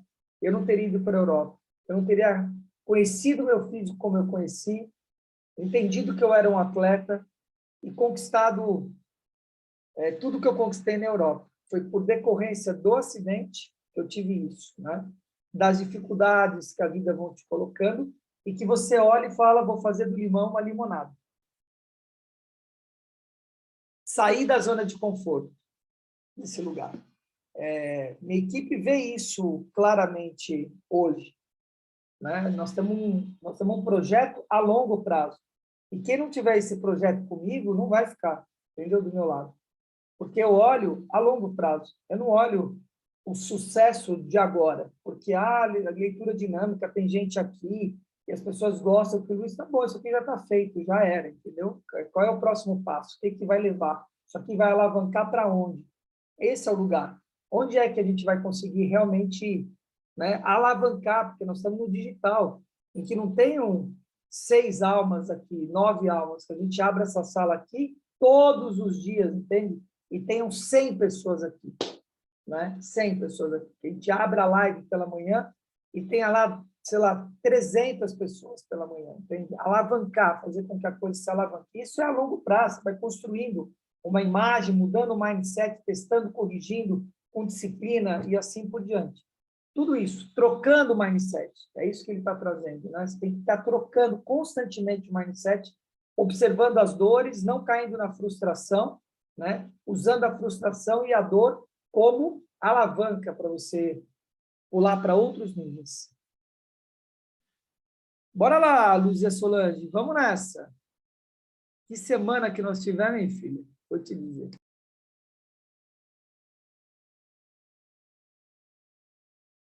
Crescimento prosperam ao ir além de seus limites. E como prosperam as pessoas de mindset fixo? Quando as coisas estão seguramente ao seu alcance. Se as coisas forem muito desafiadoras, se não se sentirem inteligentes nem talentosas, elas perdem o interesse. Observei isso acontecer ao acompanhar alunos do curso básico de medicina, durante o primeiro semestre de Química. 14 para muitos deles. Aquele era o destino de suas vidas, tornarem-se médicos. E é justamente o curso de Química que define quem atingirá seu objetivo. É um curso bastante puxado. A nota média em cada prova é 5, para estudantes que raramente tiravam menos que 9. A maior parte começou com grande interesse pela Química. Mas, ao longo do semestre, algo aconteceu. Os alunos de mindset fixo permaneceram interessados somente enquanto se davam bem. O interesse e o prazer dos que acharam o curso difícil reduziram-se muito. Não eram capazes de satisfazer-se com um curso que não servia como confirmação de sua inteligência. Quanto mais difícil fica, relatou um aluno, mais eu preciso me obrigar a abrir o livro e estudar para as provas. Antes, a química me estimulava, mas agora, quando penso nessa matéria, tenho uma sensação desagradável no estômago. Em contraste, os alunos de mindset de crescimento continuaram a demonstrar o mesmo grau elevado de interesse, mesmo quando achavam a matéria muito desafiadora. É muito mais difícil do que eu imaginava, mas é o que quero fazer, e, portanto, isso me torna ainda mais decidido. Quando me dizem que não serei capaz, é aí que eu me dedico mais. O desafio e o interesse caminhavam juntos. Presenciamos o mesmo fenômeno em alunos mais jovens. 15 demos quebra, cabeças instigantes a alunos da 5ª série, e todos adoraram. Mas, quando aumentamos o grau de dificuldade, as crianças de mindset fixo demonstraram grande queda em seu nível de satisfação. Também mudaram de ideia a respeito de levar os quebra-cabeças para casa, a fim de se exercitarem. Não preciso, pode ficar com eles. Tenho outros iguais, mentiu uma das crianças. Na verdade, passaram a ter horror aos quebra-cabeças. O mesmo aconteceu com as crianças que melhor resolviam os enigmas. Ter talento para quebra-cabeças não impedia a queda do interesse. As crianças de mindset de crescimento, por outro lado, não conseguiam abandonar os problemas difíceis. Eram os que mais as agradavam e eram essas as que queriam levar os quebra-cabeças para casa. A senhora poderia escrever o nome desses quebra-cabeças? Pediu uma criança. Para minha mãe comprar outros depois. Não faz muito tempo me interessei em ler a respeito da russa Marina Semionova, grande bailarina e professora de dança que descobriu uma maneira nova de selecionar seus alunos. 16 era um teste inteligente para revelar o mindset. Conforme conta um de seus ex-discípulos, primeiro, os estudantes têm de passar por um estágio probatório durante o qual ela observa as reações aos elogios e às críticas. Os mais receptivos às críticas são considerados promissores. Em outras palavras, ela separava os que se entusiasmavam com o que era fácil, aquilo que já haviam dominado, daqueles que sentiam atração pelas dificuldades. Nunca me esquecerei da primeira vez em que me vi dizendo: isso é difícil, é divertido. Naquele momento percebi que estava mudando meu mindset.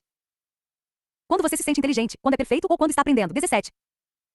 Há coisas mais sérias a dizer, pois no mindset fixo não basta simplesmente ter êxito. Não basta parecer inteligente e talentoso. É preciso ser praticamente perfeito, e é preciso ser perfeito logo de saída. Perguntamos a várias pessoas, desde crianças do ensino fundamental até jovens, em que circunstâncias você se sente inteligente? As diferenças foram marcantes. As pessoas de mindset fixo disseram: quando não cometo erros, quando termino uma tarefa rapidamente e ela fica perfeita, quando alguma coisa é fácil para mim, mas outras pessoas não conseguem fazê-la. A questão é ser perfeito imediatamente. Mas as de mindset de crescimento disseram: quando é realmente difícil e me esforço e realizo algo que não conseguia fazer antes, ou quando me dedico a alguma coisa por bastante tempo e começo a entendê-la. Para eles não se trata de perfeição imediata. Trata-se de adquirir um conhecimento ao longo de certo tempo, enfrentar um desafio e progredir. Se você possui aptidões, para que precisa aprender? Na verdade, indivíduos de mindset fixo acreditam que a aptidão se revelará por si só, antes que ocorra qualquer aprendizado. Afinal, se você tiver aptidão, ela existe em você. Se não a tiver, ela não existe. Vejo isso o tempo todo. Meu departamento na Colômbia recebia 6 novos estudantes de graduação a cada ano, entre os candidatos que vinham de todas as partes do mundo. Todos apresentavam notas extraordinárias nas provas e traziam recomendações entusiásticas de eminentes eruditos. Além disso, eram cobiçados pelas principais escolas de graduação. Bastava um dia para que alguns se sentissem completos impostores. Ontem eram gênios, hoje são fracassados. Eis o que ocorre. Eles olham os professores e sua longa lista de publicações. Oh meu Deus, não consigo fazer isso. Olham os alunos mais adiantados que escrevem artigos para publicação e fazem solicitações de bolsas. Oh meu Deus, não consigo fazer isso. Sabem fazer provas e ganhar notas altas, mas não sabem fazer aquilo ainda. Esquecem-se do ainda. Não será para isso que serve a escola, para ensinar? Eles estão ali para aprender como fazer aquilo, e não porque já sabem tudo. Eu me pergunto se não teria sido isso que aconteceu a Janette Cook e Stephen Glass. Ambos eram jovens repórteres que dispararam ao topo com artigos falsos. Janette Cook ganhou o prêmio Pulitzer por seus artigos no Washington Post sobre um menino de 8 anos viciado em drogas. O menino não existia, e o prêmio foi mais tarde revogado. Stephen Glass foi um menino prodígio de The New Republic, que parecia dispor de fontes e reportagens com as quais os jornalistas costumam sonhar. As fontes não existiam e as histórias não eram verdadeiras. Teriam ambos necessitado se mostrar imediatamente perfeitos? Teriam achado que reconhecer a ignorância os desacreditaria diante dos colegas? Teriam pensado que deveriam sentir-se já como repórteres calejados antes que se dessem ao trabalho de aprender como fazer? Éramos estrelas. Estrelas precoces, escreveu Stephen Glass, e era isso que importava. 18 ao público considerou-os desonestos, e o que cometeram foi desonestidade. Mas eu os vejo como jovens talentosos, jovens desesperados que sucumbiram à pressão do mindset fixo. Na década de 1960, havia um ditado que dizia: vir a ser é melhor do que ser. O mindset fixo não permite às pessoas o luxo de vir a ser. Precisam ser logo. Uma nota na prova é eterna. Examinemos mais de perto porque no mindset fixo é tão importante ser imediatamente perfeito. É porque uma prova, uma só avaliação, pode representar uma medida para todo sempre. Há 20 anos, aos 5 anos de idade, Loretta veio com a família para os Estados Unidos. Poucos dias depois, a mãe a levou à sua nova escola, onde prontamente a submeteram a um teste. Quase imediatamente, a menina se viu em sua classe no jardim de infância, mas não na das águias, a classe da elite do jardim. O tempo passou, no entanto, e Loretta foi transferida para as águias, permanecendo com o mesmo grupo de alunos até o final do ensino médio e colecionando um monte de prêmios escolares ao longo do curso. No entanto, nunca se sentiu parte do grupo. Convencera-se de que aquele primeiro teste havia diagnosticado sua capacidade imutável e determinará que ela não era uma verdadeira águia. O fato de ter somente 5 anos de idade e de ter acabado de passar por uma mudança radical para outro país não importava. Nem o fato de que talvez durante algum tempo não houvesse espaço para novos alunos na classe das águias. Ou talvez a escola tivesse achado que para ela seria uma transição mais fácil se começasse numa classe menos exigente. Havia muitas formas de compreender o que acontecerá e o que aquilo significava. Infelizmente, ela escolheu a interpretação equivocada. Porque no mundo do mindset fixo, não há maneira de se tornar águia. Se fosse verdadeiramente uma das águias, teria passado no teste, sendo reconhecida imediatamente como digna de ir para aquela classe. O caso de Loretta é raro, ou esse tipo de raciocínio é mais comum do que imaginamos. Para descobrir isso, mostramos alunos da quinta série uma caixa de papelão fechada e dissemos que dentro havia um teste .19 e esse teste prosseguimos. Era destinado a medir uma importante aptidão escolar. Não demos outras informações. Em seguida, fizemos perguntas sobre o teste. Primeiro, queríamos ter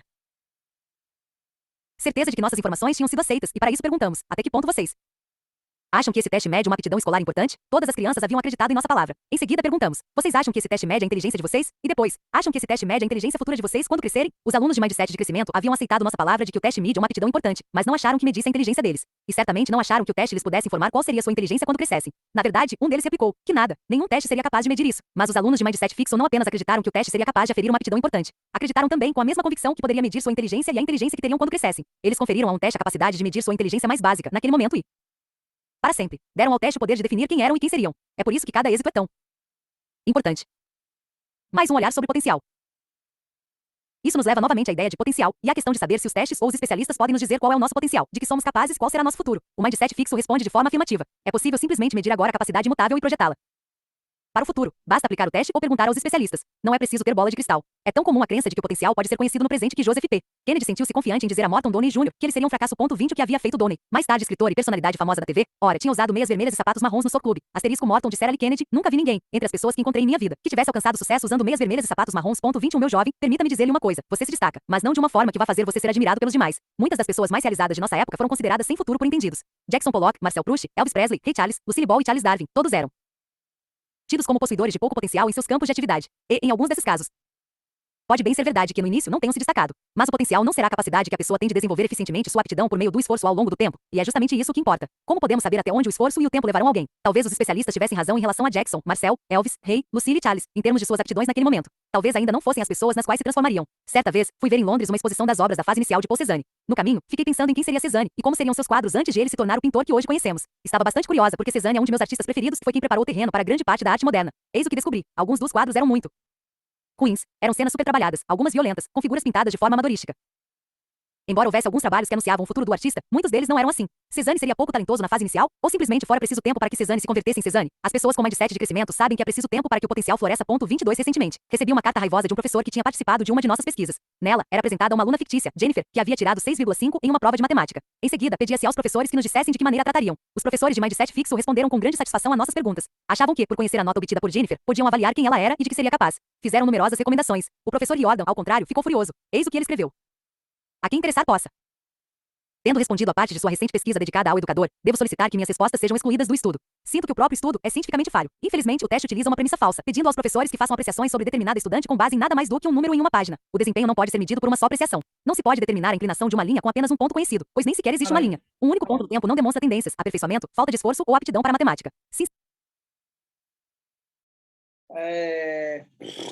Uai, caramba! Nossa, bicho. Compartilha, por favor. Ai, vou dizer para vocês, até dói, como diz o Tony Robbins. Eu gosto de falar assim, ai, para que está até doendo. Eu adoro essa frase do Tony Robbins. Para que está até doendo.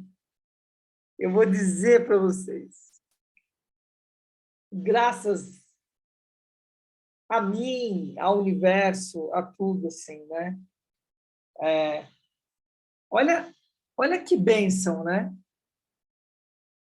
Alguns aqui estão em contato diretamente com o Pablo, né? Isso representa muita coisa da minha vida. Eu não sei de vocês, mas representa muita coisa da minha vida.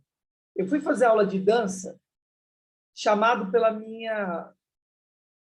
mãe das minhas filhas, pela Cristina, né? Aonde que nós caímos? Nós caímos no Grupo Raça. Quem é o Grupo Raça? O melhor grupo de jazz que existe.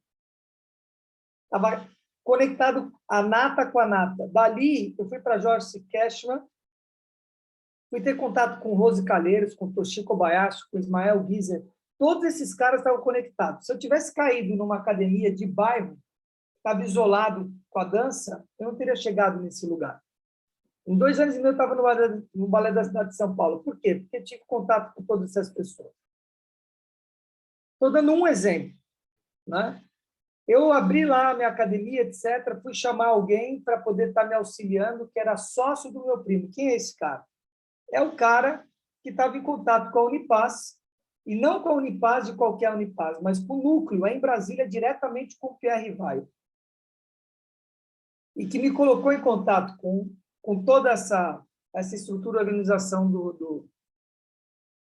que fala a respeito da questão do movimento holístico e da transdisciplinariedade. Então, é isso que eu quero chamar a atenção, eu acho que daqui, quem está aqui, só a Rita de Cássia que não tem contato direto, nós estamos tendo contato direto de uma forma indireta, que não era isso, com o presidenciável.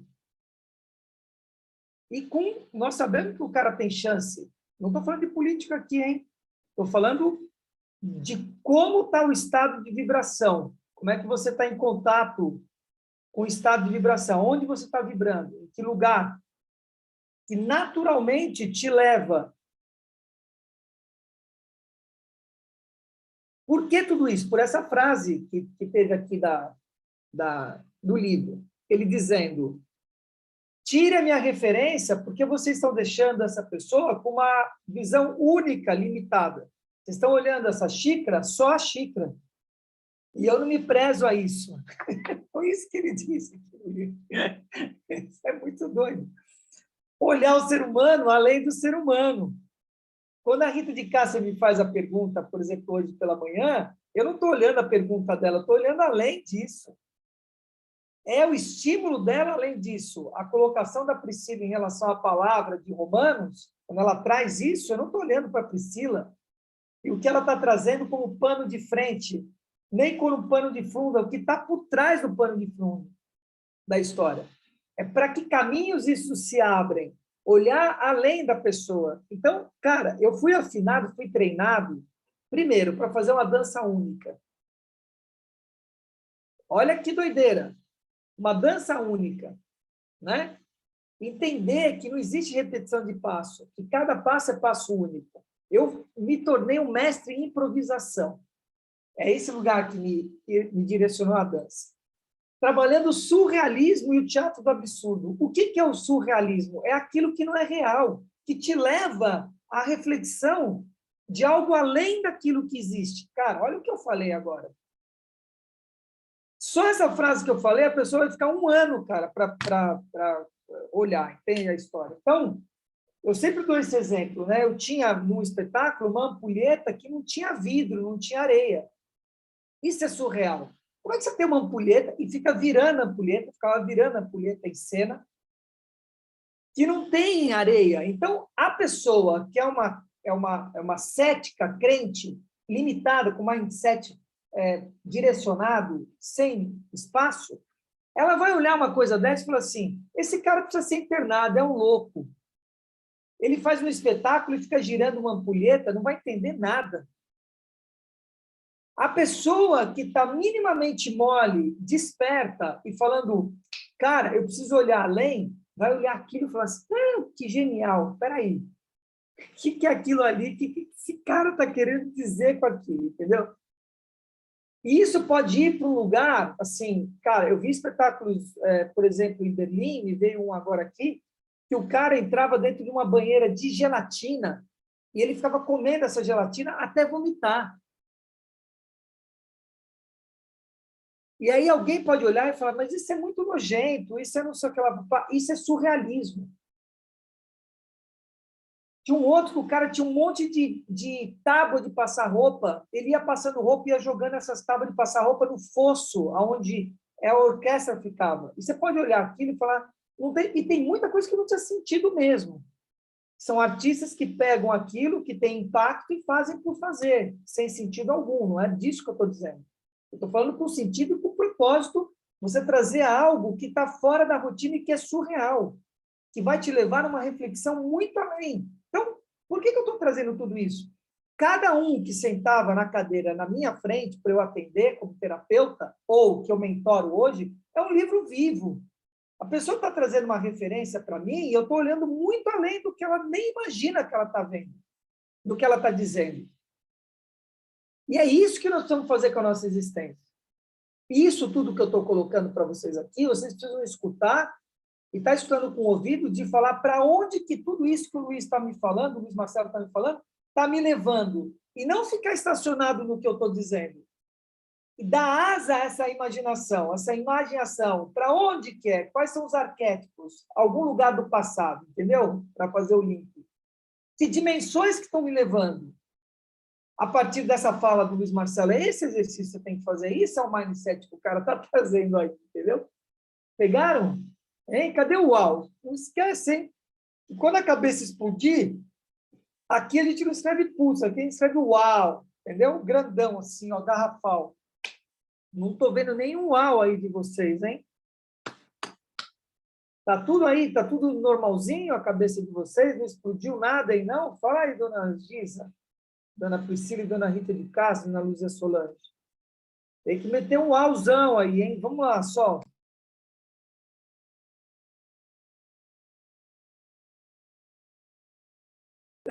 A Priscila está extasiada. Está estarrecida. É isso aí, Priscila. Sinceramente, Michael D. Jordan. Gostei muito da crítica do professor Jordan e concordei plenamente com ele. Uma avaliação com base em um único ponto no tempo tem pouco valor para a compreensão da capacidade de uma pessoa. Sem falar em seu potencial de sucesso no futuro. O número de professores que pensavam o contrário foi preocupante, e esse levantamento foi o objetivo de nosso estudo. A ideia de que uma nota seja capaz de avaliar para sempre uma pessoa é o que cria urgência para aqueles cujo mindset é fixo. Por isso é que precisam ter êxito absoluto. Só para. Não precisa, deixa aí. Só me escuta. É isso, entende? É isso que eu tenho falado. E é isso que é o discurso. Olha que inteligente, cara. Cara é demais, bicho. Cara mesmo. Qual que é o discurso que o Pablo está tendo agora? Ele está falando o seguinte: quem é que vota no Luiz e vota no Messias? Ele não chama de Lula e de Bolsonaro, é muito bom. Fala, quem é que está votando no Luiz e no Messias? De novo, não estou falando de política, estou falando de mindset. Estou dando um exemplo vivo do que está acontecendo, para vocês entenderem. Você faz a pesquisa e a pesquisa revela o quê? Os 100% da população? Não, porque não é 100%. Quem vota são 30%. O número de votos que a gente tem na eleição é de 30%. Você está entendendo? 40%. 60% não vota, por vários motivos. Então, o que ele está dizendo? Esses 30% eu não estou preocupado. Esses vão votar ou no Luiz ou no Messias e está tudo bem. Não quero brigar, continuem brigando entre vocês. O que eu quero saber é dos 70%. Eu vou avançar. Na realidade, ele está querendo falar para 25%, 30% despertos da população.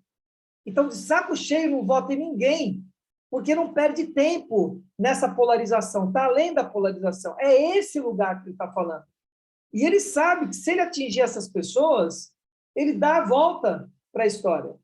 Então, quando esse cara está falando aqui do livro, não é para essas pessoas que estão obtusas, bitoladas, entende? Em ter uma única visão das coisas. Essas vão continuar tendo uma única visão da história. Está falando para aqueles que estão despertos. E é o que eu sempre falo. Você entende? A minha fala, e tem muita gente que trabalha comigo que fica preocupado. Mas, Luiz, as pessoas precisam entender o que você está falando. Exatamente. E aqueles que não entenderem, que vão cuidar da vida deles. Aqueles que o coração não tocar, entende? Aqueles que não forem tocados pela minha palavra, cara, tá tudo bem. Você entende? Sei lá quem que você vai seguir, quem que você vai escutar.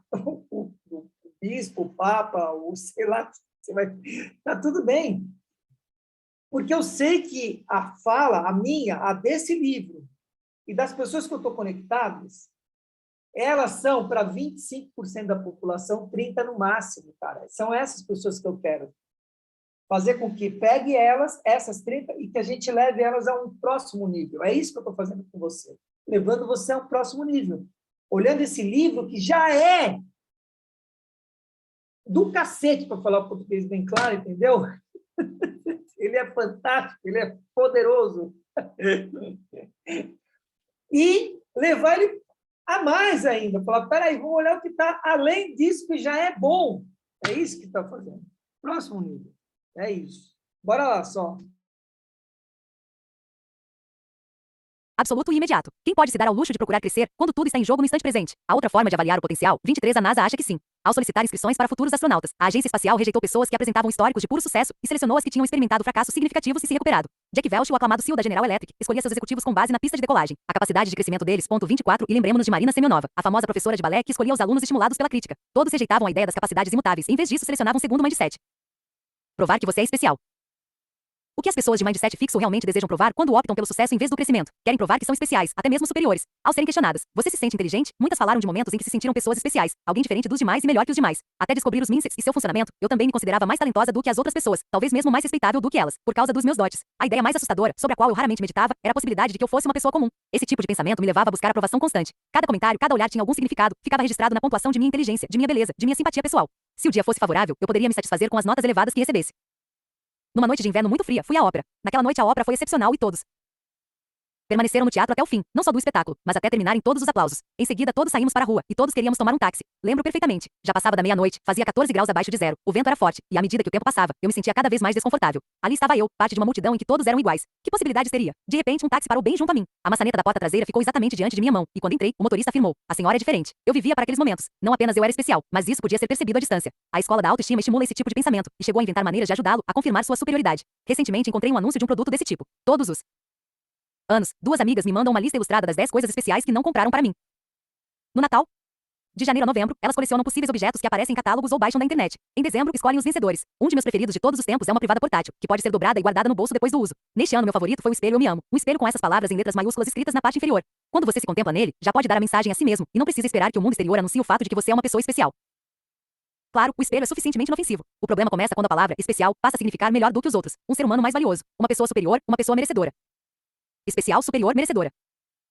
John McEnroe tinha um mindset fixo. 25, acreditava que o talento era tudo. Não gostava de aprender. Não progredia com os desafios. Quando as coisas ficavam difíceis, ele geralmente se entregava. Consequentemente, como ele próprio confessa, não realizou todo o seu potencial. Mas tinha tanto talento que permaneceu em primeiro lugar entre os tenistas de todo o mundo durante 4 anos. A seguir, ele próprio nos diz o que significava ser o número 1. McEnroe usava a serragem para absorver a transpiração em suas mãos durante uma partida. 26 em certa ocasião. A serragem não lhe agradou. Ele se aproximou da lata que a continha e derrubou-a com a raquete. Seu agente, Gary, veio correndo ver qual era o problema. Você chama isso de serragem? Eu perguntei. Na verdade, estava gritando com ele. A serragem era fina demais. Isso parece veneno de rato. Não pode conseguir coisa melhor? Gary afastou-se, e 20 minutos depois, voltou com uma lata de serragem mais grossa, e $20 a menos no bolso. Tivera de pagar a um empregado para conseguir o que eu queria. Isso é o que significa ser o número 1. Ele prossegue contando que certa vez vomitou em cima de uma distinta senhora japonesa, que era sua anfitriã. 27 no dia seguinte, ela o cumprimentou, pediu desculpas e deu-lhe um presente. Isso, proclama McEnroe, também mostra o que significa ser o número 1. Tudo era sobre você. Tem tudo de que precisa? Está tudo bem? Vamos pagar tanto a você. Faremos tudo o que você quiser. Eu só tinha de fazer o que queria, e minha reação a qualquer outra coisa era: deu fora daqui. Durante muito tempo eu não me importava com isso. Quem se importaria? 28. Bem, vamos ver. Você é uma pessoa bem-sucedida, é melhor do que os demais. Pode abusar deles e fazê-los rastejar. No mindset fixo, isso pode se passar por autoestima. Em contraste, observemos Michael Jordan, atleta de mindset de crescimento por excelência, cuja grandeza é constantemente proclamada pelo mundo. Super-homem, Deus em pessoa, Jesus com uniforme de basquete. Se alguém tem motivos para se sentir especial, é ele. Mas eis o que disse quando voltou a jogar basquete, causando grande comoção. Fiquei espantado ao ver o grau de interesse que minha volta ao esporte despertou. As pessoas me elogiavam como se eu fosse um culto religioso ou coisa parecida. Isso era muito embaraçoso. Sou um ser humano como qualquer outro. Ponto 29. Jordan sabia o esforço que tinha feito para desenvolver sua capacidade. Via-se como uma pessoa que batalhou e cresceu, e não como alguém que é inerentemente melhor do que os demais. No livro Os Eleitos, Tom Wolfe descreve os pilotos militares de elite que adotam avidamente o mindset fixo. 30 Por haverem passado por uma série de testes rigorosos, acreditam-se especiais, pessoas que nasceram mais inteligentes e mais valentes do que as demais. Mas Chuck Yeager, o herói do livro, exprime opinião diferente. Não existe essa coisa de piloto nato. Quaisquer que fossem minhas aptidões ou meu talento, foi preciso trabalhar arduamente para me tornar um piloto eficiente. Foi realmente um aprendizado de toda uma vida. Os melhores pilotos voam mais tempo do que os outros, por isso são os melhores. 31 Tal como Michael Jordan, Yeager era um ser humano. Simplesmente desenvolveu-se mais do que a maioria das pessoas. Em resumo, indivíduos que acreditam em características imutáveis têm uma urgência em serem bem sucedidos e, quando conseguem, sentem algo mais do que orgulho. Podem ter uma sensação de superioridade, pois o sucesso significa que seus traços imutáveis são melhores do que os dos demais. No entanto, há uma pergunta simples oculta por trás da autoestima de quem tem mindset fixo. Se você é alguém quando tem sucesso, o que você é quando fracassa? Os mindsets mudam o significado de fracasso. O casal Martin adorava o filho Robert, de 3 anos, e sempre contava com admiração as façanhas da criança. Nunca existira um menino tão esperto e criativo quanto o filho deles. Mas Robert fez uma coisa imperdoável. Não conseguiu ser aceito no principal colégio pré-escolar de Nova York. Depois disso, o casal ficou mais frio em relação a ele. Já não falavam dele da mesma forma, e não o tratavam com o mesmo orgulho e afeto. O menino já não era o mesmo brilhante Robert. Havia se desacreditado e os envergonhou. Na tenra idade de 3 anos, era um fracassado. Como assinala um artigo do New York Times, o fracasso se transformou, passando de um fato, eu fracassei, a uma identidade, sou um fracassado. 32 Isso é especialmente verdadeiro no mindset fixo. Quando eu era criança, também me preocupava em ter o mesmo destino de Robert. Na 6ª série, eu era a melhor aluna da escola em ortografia. O diretor queria que eu participasse de um concurso entre as escolas da cidade, mas recusei. No ensino médio, era excepcional em francês e a professora quis que eu entrasse numa competição escolar. Novamente recusei. Porque arriscaria transformar o sucesso em fracasso. Para passar de vencedora a perdedora, Ernie Els, grande jogador de golfe, também se preocupava com isso. Finalmente venceu um torneio importante, depois de um intervalo de 5 anos, durante o qual perdeu uma série de disputas. O que aconteceria se perdesse também aquele torneio? Eu teria sido uma pessoa diferente, diz ele. 33 Teria sido um perdedor. A cada ano, em abril, quando os envelopes finos, as cartas de rejeição, chegam das universidades. Inúmeros fracassados são criados em todo o país. 34 Milhares de jovens estudiosos e brilhantes se transformam em a garota que não conseguiu entrar em Princeton, ou o garoto que não foi aceito em Stanford. Momentos definidores. Mesmo no mindset de crescimento, o fracasso pode ser uma experiência penosa, mas ela não nos define. É um problema que tem de ser enfrentado e tratado, e dele se devem extrair ensinamentos. Jim Marshall, ex-jogador de defesa da equipe de futebol americano dos Minnesota Vikings, narra o que poderia tê-lo transformado facilmente em um fracassado. 35 No jogo contra o San Francisco 49 ers. Marshall viu a bola caída no gramado, agarrou-a e correu, atravessando a linha de fundo, realizando um touchdown, sob os aplausos da multidão. Mas havia corrido na direção errada. Os pontos foram para o adversário, e num jogo transmitido para todo o país. Foi o momento mais arrasador de sua vida. A vergonha foi avassaladora. Mas, durante o intervalo, ele pensou, quando alguém comete um erro, é preciso repará-lo. Percebi que havia uma alternativa. Eu poderia ficar preso ao meu sofrimento ou fazer alguma coisa para consertar o erro, recuperando-se no segundo tempo, jogou de maneira magistral durante o restante da partida e contribuiu para a vitória de sua equipe. E não parou por aí. Fez conferências sobre o assunto. Respondeu às muitas cartas que chegaram, remetidas por pessoas que finalmente criaram coragem de reconhecer suas próprias experiências vergonhosas. Melhorou a concentração durante as partidas. Em vez de permitir que a experiência o definisse, passou a controlá-la. Utilizou-a para tornar-se um atleta ainda melhor e ele acredita, uma pessoa melhor. No mindset fixo, no entanto, perder-se por causa do fracasso pode transformar-se num trauma permanente e temível. Bernard Loisial era um dos melhores chefes do mundo. 36 Somente um punhado de restaurantes em toda a França recebe a mais alta cotação de 3 estrelas no Guia Michelin, o mais respeitado guia de restaurantes do país. O dele estava entre os coroados. Mas, pouco antes da publicação do Michelin de 2003, Loisial suicidou-se. Havia perdido 2 pontos em outro guia, passando de 19, de um máximo de 20, para 17 no Gaudi de Millau. E circulavam insistentes rumores de que perderia uma das 3 estrelas no Michelin. Embora isso não tivesse acontecido, o fracasso o havia dominado. Loisial tinha sido um pioneiro. Foi um dos primeiros a apresentar a nouvelle cuisine, trocando os tradicionais molhos de manteiga e creme de leite pelo sabor mais nítido dos próprios alimentos. Homem de enorme energia, era também empreendedor. Além de seu restaurante 3 estrelas na Borgonha, criará outros 3 em Paris, escreveram numerosos livros de receitas e inauguraram uma linha de alimentos congelados. Sou como Yves Saint Laurent costumava dizer. Faço tanto alta costura quanto preta Porter. Um homem com tanto talento e originalidade poderia facilmente ter planejado um futuro satisfatório, com ou sem os 2 pontos ou a 3ª estrela. Na verdade, o editor do Gaudi Millau disse ser inimaginável que a perda da cotação pudesse haver lhe custado a vida. Mas, no mindset fixo, isso é imaginável. A redução da nota deu-lhe uma nova definição de si mesmo, fracassado, ultrapassado. É surpreendente o que pode ser considerado fracasso no mindset fixo. Portanto, para suavizar, meu sucesso é o seu fracasso.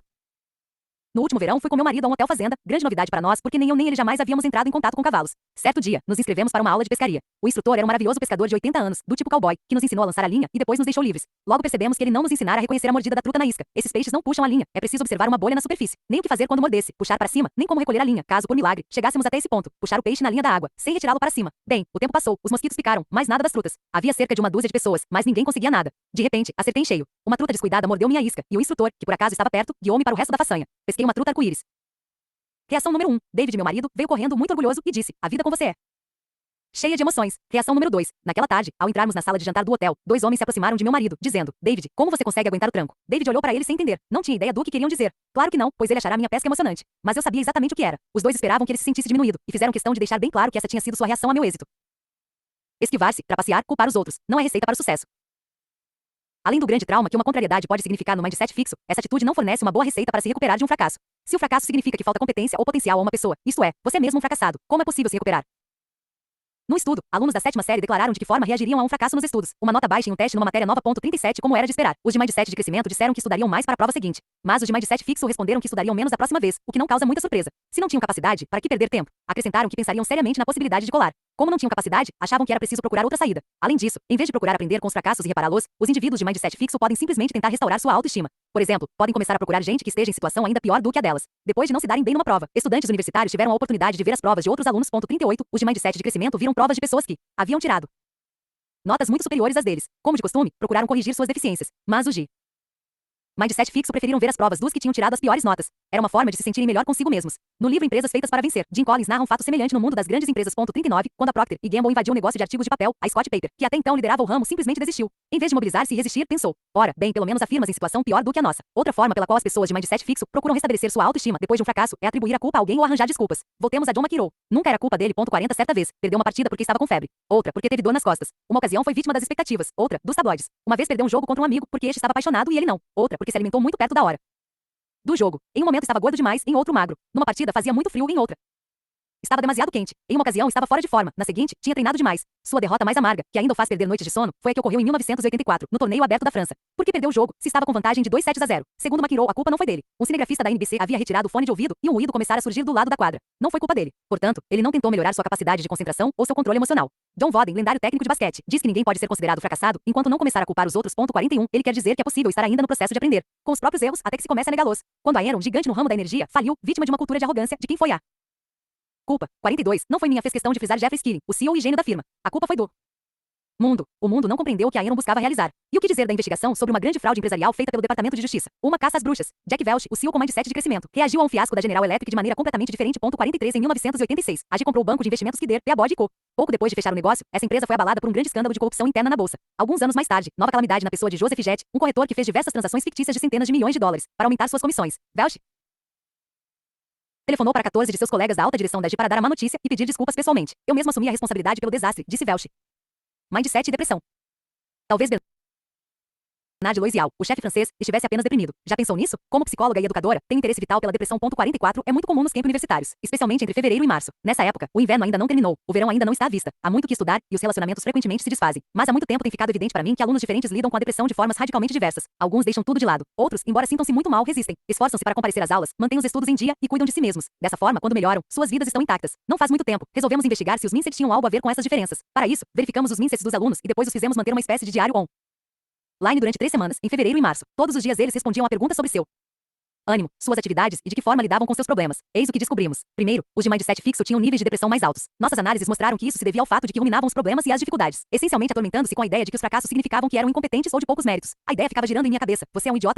Eu simplesmente não conseguia afastar o pensamento de que isso me tornava menos homem. Novamente, os fracassos os rotulavam e não ofereciam caminhos para o êxito. E quanto mais deprimidos se sentiam, mais deixavam as coisas de lado e menos agiam para resolver os problemas. Por exemplo, não estudavam o que era necessário, não entregavam os trabalhos a tempo e não cumpriam suas obrigações. Embora os alunos de mindset fixo demonstrassem maior grau de depressão, havia muitos com mindset de crescimento que se sentiam extremamente mal, pois aquela era a época em que havia maior número de casos de depressão. Então percebemos algo realmente surpreendente. Quanto mais deprimidos se sentiam os de mindset de crescimento, não era depressão severa, mais agiam para enfrentar suas dificuldades, mais se esforçavam por manter em dia seus trabalhos escolares e mais cuidavam de suas vidas. Quanto pior se sentiam, mais determinados se tornavam. Com efeito, ao ver a forma pela qual agiam, era difícil perceber até que ponto estavam desanimados. Eis uma história que me foi contada por um jovem.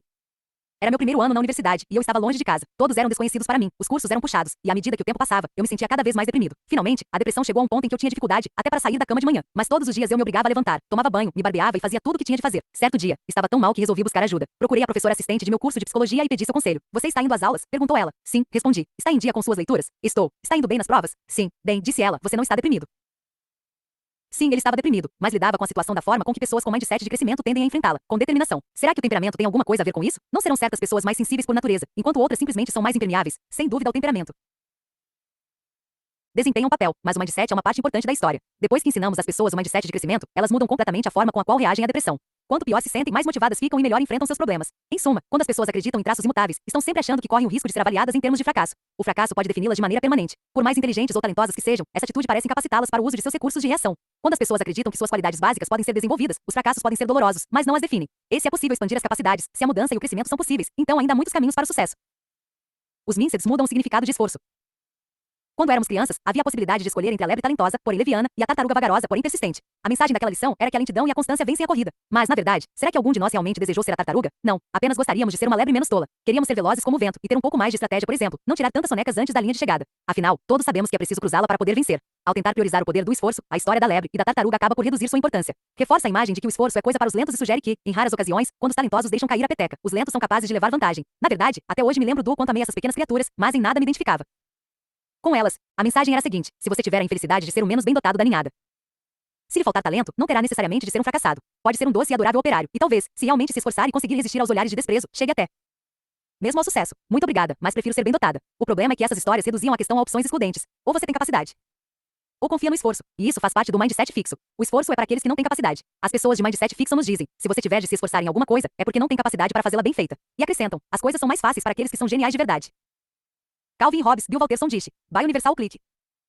Quando eu era uma jovem professora assistente do Departamento de Psicologia da Universidade de Illinois, notei, certa noite, ao passar pelo prédio de psicologia, que as luzes estavam acesas em alguns gabinetes de professores. Alguns de meus colegas estavam trabalhando até tarde. Não devem ser tão inteligentes como eu, pensei. Nunca me ocorreu que poderiam ser tão inteligentes quanto eu, e também mais trabalhadores. Para mim, uma coisa excluía a outra, e era claro que eu dava mais valor a uma do que a outra. Malcolm Gladwell, escritor e colaborador da revista New Yorker, sugeriu que nossa sociedade dá mais importância às realizações naturais, obtidas sem esforço, do que às que requerem diligência. 45 Damos a nossos heróis qualidades super-humanas que inevitavelmente concorreram para sua grandeza. É como se Midori já saísse do útero tocando seu violino, Michael Jordan driblando e Picasso pintando. Isso retrata fielmente o mindset fixo. E está por toda parte. Um relatório de pesquisadores da Universidade Duke faz uma advertência sobre a ansiedade e a depressão entre alunas de graduação que aspiram à perfeição sem esforço. 46 Elas acreditam que devem exibir beleza, feminilidade e erudição perfeita sem ter de se esforçar, ou pelo menos, sem demonstrar que estão se esforçando. Os norte-americanos não são os únicos a desprezar o esforço. 47 O executivo francês Pierre Chevalier diz: não somos uma nação que se esforça. Afinal, se você tem savoir-faire, uma mistura de know-how e tranquilidade, faz as coisas sem esforço. No entanto, as pessoas de mindset de crescimento pensam de maneira muito diversa. Para elas, até mesmo os gênios têm de se esforçar para obter resultados. E acrescentariam: o que pode haver de heróico em possuir um dom? Podem apreciar o talento, mas admiram o esforço, pois, qualquer que seja a capacidade de alguém, o esforço é que deflagra a capacidade e a transforma em realização. Seb Squit 48.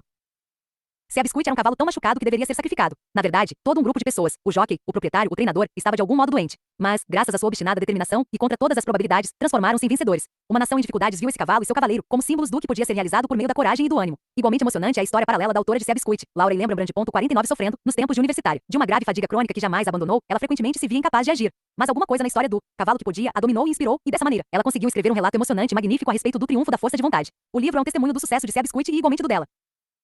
Vistas pelo prisma do mindset de crescimento, essas histórias dizem respeito ao poder transformador do esforço de modificar sua capacidade e você mesmo como pessoa. Porém, ao serem filtradas pelo mindset fixo, passam a ser uma excelente narrativa sobre 3 homens e um cavalo, todos com deficiências, que precisavam se esforçar muito. Grande esforço, alto risco. Do ponto de vista do mindset fixo, o esforço é algo exclusivo das pessoas com deficiências. E quando as pessoas sabem que são deficientes, nada tem a perder se esforçando. Mas, se você quer ser famoso por não possuir deficiências, por ser considerado genial, talentoso ou portador de aptidões inatas, nesse caso terá muito a perder. O esforço pode diminuí-lo. Nadia Salerno Sonnenberg estreou como violinista aos 10 anos de idade na orquestra da Filadélfia. 50 Mas, quando chegou à escola Juilliard para estudar com Dorothy DeLay, a grande mestra do violino, tinha um repertório de péssimos hábitos. Seu dedilhado e os movimentos com o arco eram desajeitados, segurava o instrumento na posição errada, mas recusava-se a mudar. Depois de vários anos, viu que outros estudantes chegavam a seu nível e até mesmo a ultrapassavam, e antes dos 20 anos teve uma crise de confiança. Eu estava habituada ao sucesso, ao rótulo de menina prodígio nos jornais, e então me sentia fracassada. 51 A menina prodígio tinha medo de tentar. Tudo pelo que eu estava passando se resumia em medo. Medo de tentar e fracassar. Quando você vai fazer um teste e não se esforça de verdade, quando não está realmente preparada, quando não treinou com o empenho que deveria, e não passa no teste, sempre há uma desculpa. Nada é mais penoso do que dizer: fiz o melhor que podia, e isso não foi suficiente. 52. A ideia de se esforçar e mesmo assim fracassar e ficar sem desculpas é o pior temor no mindset fixo, e isso a perseguiu e a paralisou. Ela chegou até mesmo a deixar de levar o violino para a aula. Então, certo dia, depois de anos de paciência e compreensão, Delaney lhe disse: escute, se não trouxer o violino na próxima semana, vou expulsar você da minha turma. 53 Salerno Sonnenberg achou que ela estava brincando, mas Delaney se ergueu e calmamente avisou: não estou brincando. Se vai desperdiçar seu talento, não quero ser sua cúmplice. Isto já está durando tempo demais. Por que o esforço é tão assustador? Há 2 motivos. O primeiro é que, no mindset fixo, acredita-se que os grandes gênios não precisam se esforçar. Por isso, ter de fazer esforço lança uma dúvida sobre nossa capacidade. O segundo, como indica a história de Nadia, é que ele rouba todas as desculpas. Sem ter se esforçado, você sempre pode dizer: eu podia ter sido. Qualquer nome pode preencher este espaço. Mas quando você faz uma tentativa, já não pode afirmar isso. Alguém um dia me disse: eu podia ter sido Yomar. Se tivesse realmente tentado, não seria capaz de dizê-lo. Salerno Sonnenberg ficou apavorada com a ideia de perder Delay. Finalmente concluiu que tentar e fracassar, um fracasso honesto, era melhor do que a situação em que estava, e assim começou a se preparar com a mestra para um concurso futuro. Pela primeira vez se dedicou, e aliás, ganhou a competição. Hoje ela diz: há algo que sei ser verdadeiro. É preciso esforçar-se ao máximo pelas coisas que mais amamos. E quando nosso amor é a música, a luta é a mais difícil de toda a vida. O medo do esforço pode ocorrer também nos relacionamentos, como aconteceu com Amanda, uma mulher jovem, bonita e dinâmica. Eu tive muitos namorados doidos. Muitos. Iam desde os levianos aos mal educados. Que tal um bom Paz, ao menos uma vez. Sempre dizia Carla, minha melhor amiga. Era como se dissesse, você merece coisa melhor. Então, Carla me apresentou Rob, um rapaz que trabalhava em seu escritório. Ele foi ótimo, e não apenas no primeiro dia. Adorei. Podia dizer, oh meu Deus, até que enfim um cara pontual. Então o relacionamento ficou mais sério e me assustei. Quero dizer, ele realmente gostava de mim, mas eu não conseguia deixar de pensar que, se ele me conhecesse de verdade, ia desanimar. Isto é, o que aconteceria se eu realmente me esforçasse mesmo, e as coisas não dessem certo? Acho que eu não seria capaz de correr esse risco. Pouco esforço, alto risco. No mindset de crescimento, é quase inconcebível desejar ardentemente alguma coisa, acreditar que há uma possibilidade de consegui-la e nada fazer para atingir o objetivo. Quando isso acontece, o eu poderia ter sido é muito doloroso e nada reconfortante. Poucas mulheres norte-americanas, entre as décadas de 1930 e 1950, tiveram mais êxitos do que Clary Boat Lucy.54, famosa como escritora e dramaturga, 2 vezes eleita deputada. Ela chegou a ser embaixadora na Itália. Realmente não compreendo a palavra sucesso, disse ela certa vez. 55. Sei que as pessoas a usam a meu respeito, mas não a compreendo. Sua vida pública e suas tragédias pessoais impediram-na de voltar à sua maior paixão, escrever para o teatro. Teve grande sucesso com peças como The Women, As Mulheres, mas como figura pública não podia estar produzindo peças picantes e sexy. Em sua opinião, a política não proporcionava o esforço pessoal criativo, a que ela dava o máximo valor, e olhando para trás, ela não se perdoava por não ter seguido sua paixão pelo teatro. Muitas vezes pensei, disse ela, que se tivesse de escrever uma autobiografia, o título seria Autobiografia de uma Fracassada. 56. Billie Jean King diz que tudo se resume ao que você quer ver e dizer a respeito do passado. 57. Concordo com ela. Você pode olhar para trás e dizer, eu podia ter sido, polindo seus dons desperdiçados como se fossem troféus. Também pode olhar para trás e dizer, dei tudo de mim pelas coisas que me importavam. Pense no que você quer ver e dizer em relação ao seu passado. E em seguida escolha seu mindset. Transformar conhecimento em ação. É claro que as pessoas de mindset fixo leram livros que dizem, sucesso significa ser o melhor de você mesmo, e não ser melhor do que os outros. O fracasso é uma circunstância, e não uma condenação. O esforço é a chave do sucesso. Mas não podem colocar essas ideias em prática, porque a base de seu mindset, a crença em traços imutáveis, lhes diz algo completamente diferente. Que o sucesso significa ser mais bem dotado do que os demais. Que o fracasso realmente nos classifica e que o esforço é para aqueles que não conseguem êxito por meio do talento. Aí, vamos parar aí, tá? Começa a entrar agora perguntas e respostas que vai até a página 48, vamos parar aí, tá? E segue depois daí. Muito bom. Vários exemplos, passou pelo livro que a gente já leu, vocês viram lá? Né? Empresas feitas para o sucesso, né? Para vencer, empresas feitas para vencer, né? Faz essa correlação. Rita de Cássia, Priscila, Giza, Luzia Solange, queridas, alguma consideração final?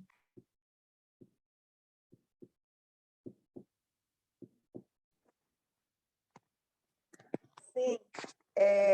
Consideração é que nada é fixo, é definitivo, né? A gente pode ter um diagnóstico de muito inteligente, aí passar por problemas de doença e, né, se sentir inseguro, não, num outro grupo não ser considerado inteligente porque você está defasado.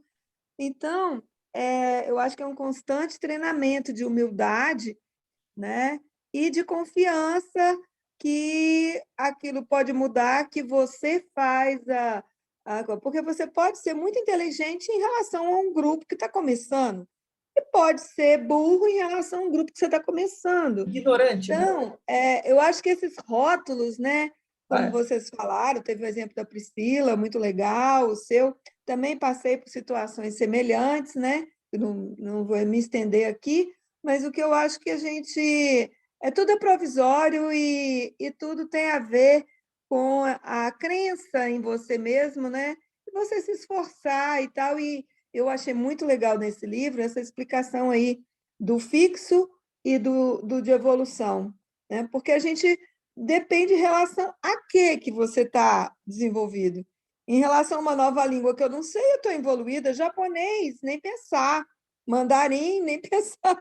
Agora, né, no inglês ou no espanhol, você já arranha, então você já está com uma nota. Então, tudo é começar e persistência, perseverança, né, Luiz Marcelo? Você viu que interessante isso que você está trazendo, Rita? Te agradeço, né? Trazendo o seu olhar e o foco nesse lugar do livro, porque isso é o pilar da direita e da esquerda do 12 em 12, né? O rigor e a flexibilidade, percebe? Por outro lado, nós lemos aqui, fizemos uma leitura de 3 meses, né? Não foi uma leitura de uma semana, foi uma leitura de 3 meses, do cuidar do ser. E lá a gente falou sobre o quê? Sobre Patton, sobre as patologias. De não fixar esse lugar de uma pessoa como se dá um rótulo como uma vaca, né? De que ela é aquilo lá e acabou, né? E ela está taxada disso, né? E acabou. E esse final de semana perguntaram assim, perguntaram uma pergunta afirmativa, você é hiperativo, né? Aí eu pensei comigo, quase nada. Mas aí, comigo, né, eu já percebi o diagnóstico patológico, né, de uma hiperatividade, TDAH, TA. Já viram tomando Ritalina, né? Para baixar minha hiperatividade. E eu peguei e falei, olha, deixa eu dizer uma coisa. O que você quer dizer sobre hiperatividade? Ah, você não para de... seu cérebro é agitado, você não para de pensar. Né? Eu falei assim, não. Meu cérebro ele é ativado e reativado. Ele já é ativado e eu tomo nootrópico para ativar mais ele ainda. Né? Tomo zinco, tomo ginkgo biloba, né? Para a sinapse estar mais rápida ainda na história. Mas isso não significa que eu não possa estar trazendo para um outro lugar de uma quietude. Olha como eu estou baixando a vibração. Vocês estão sentindo essa vibração baixar. Olha como está baixando a vibração.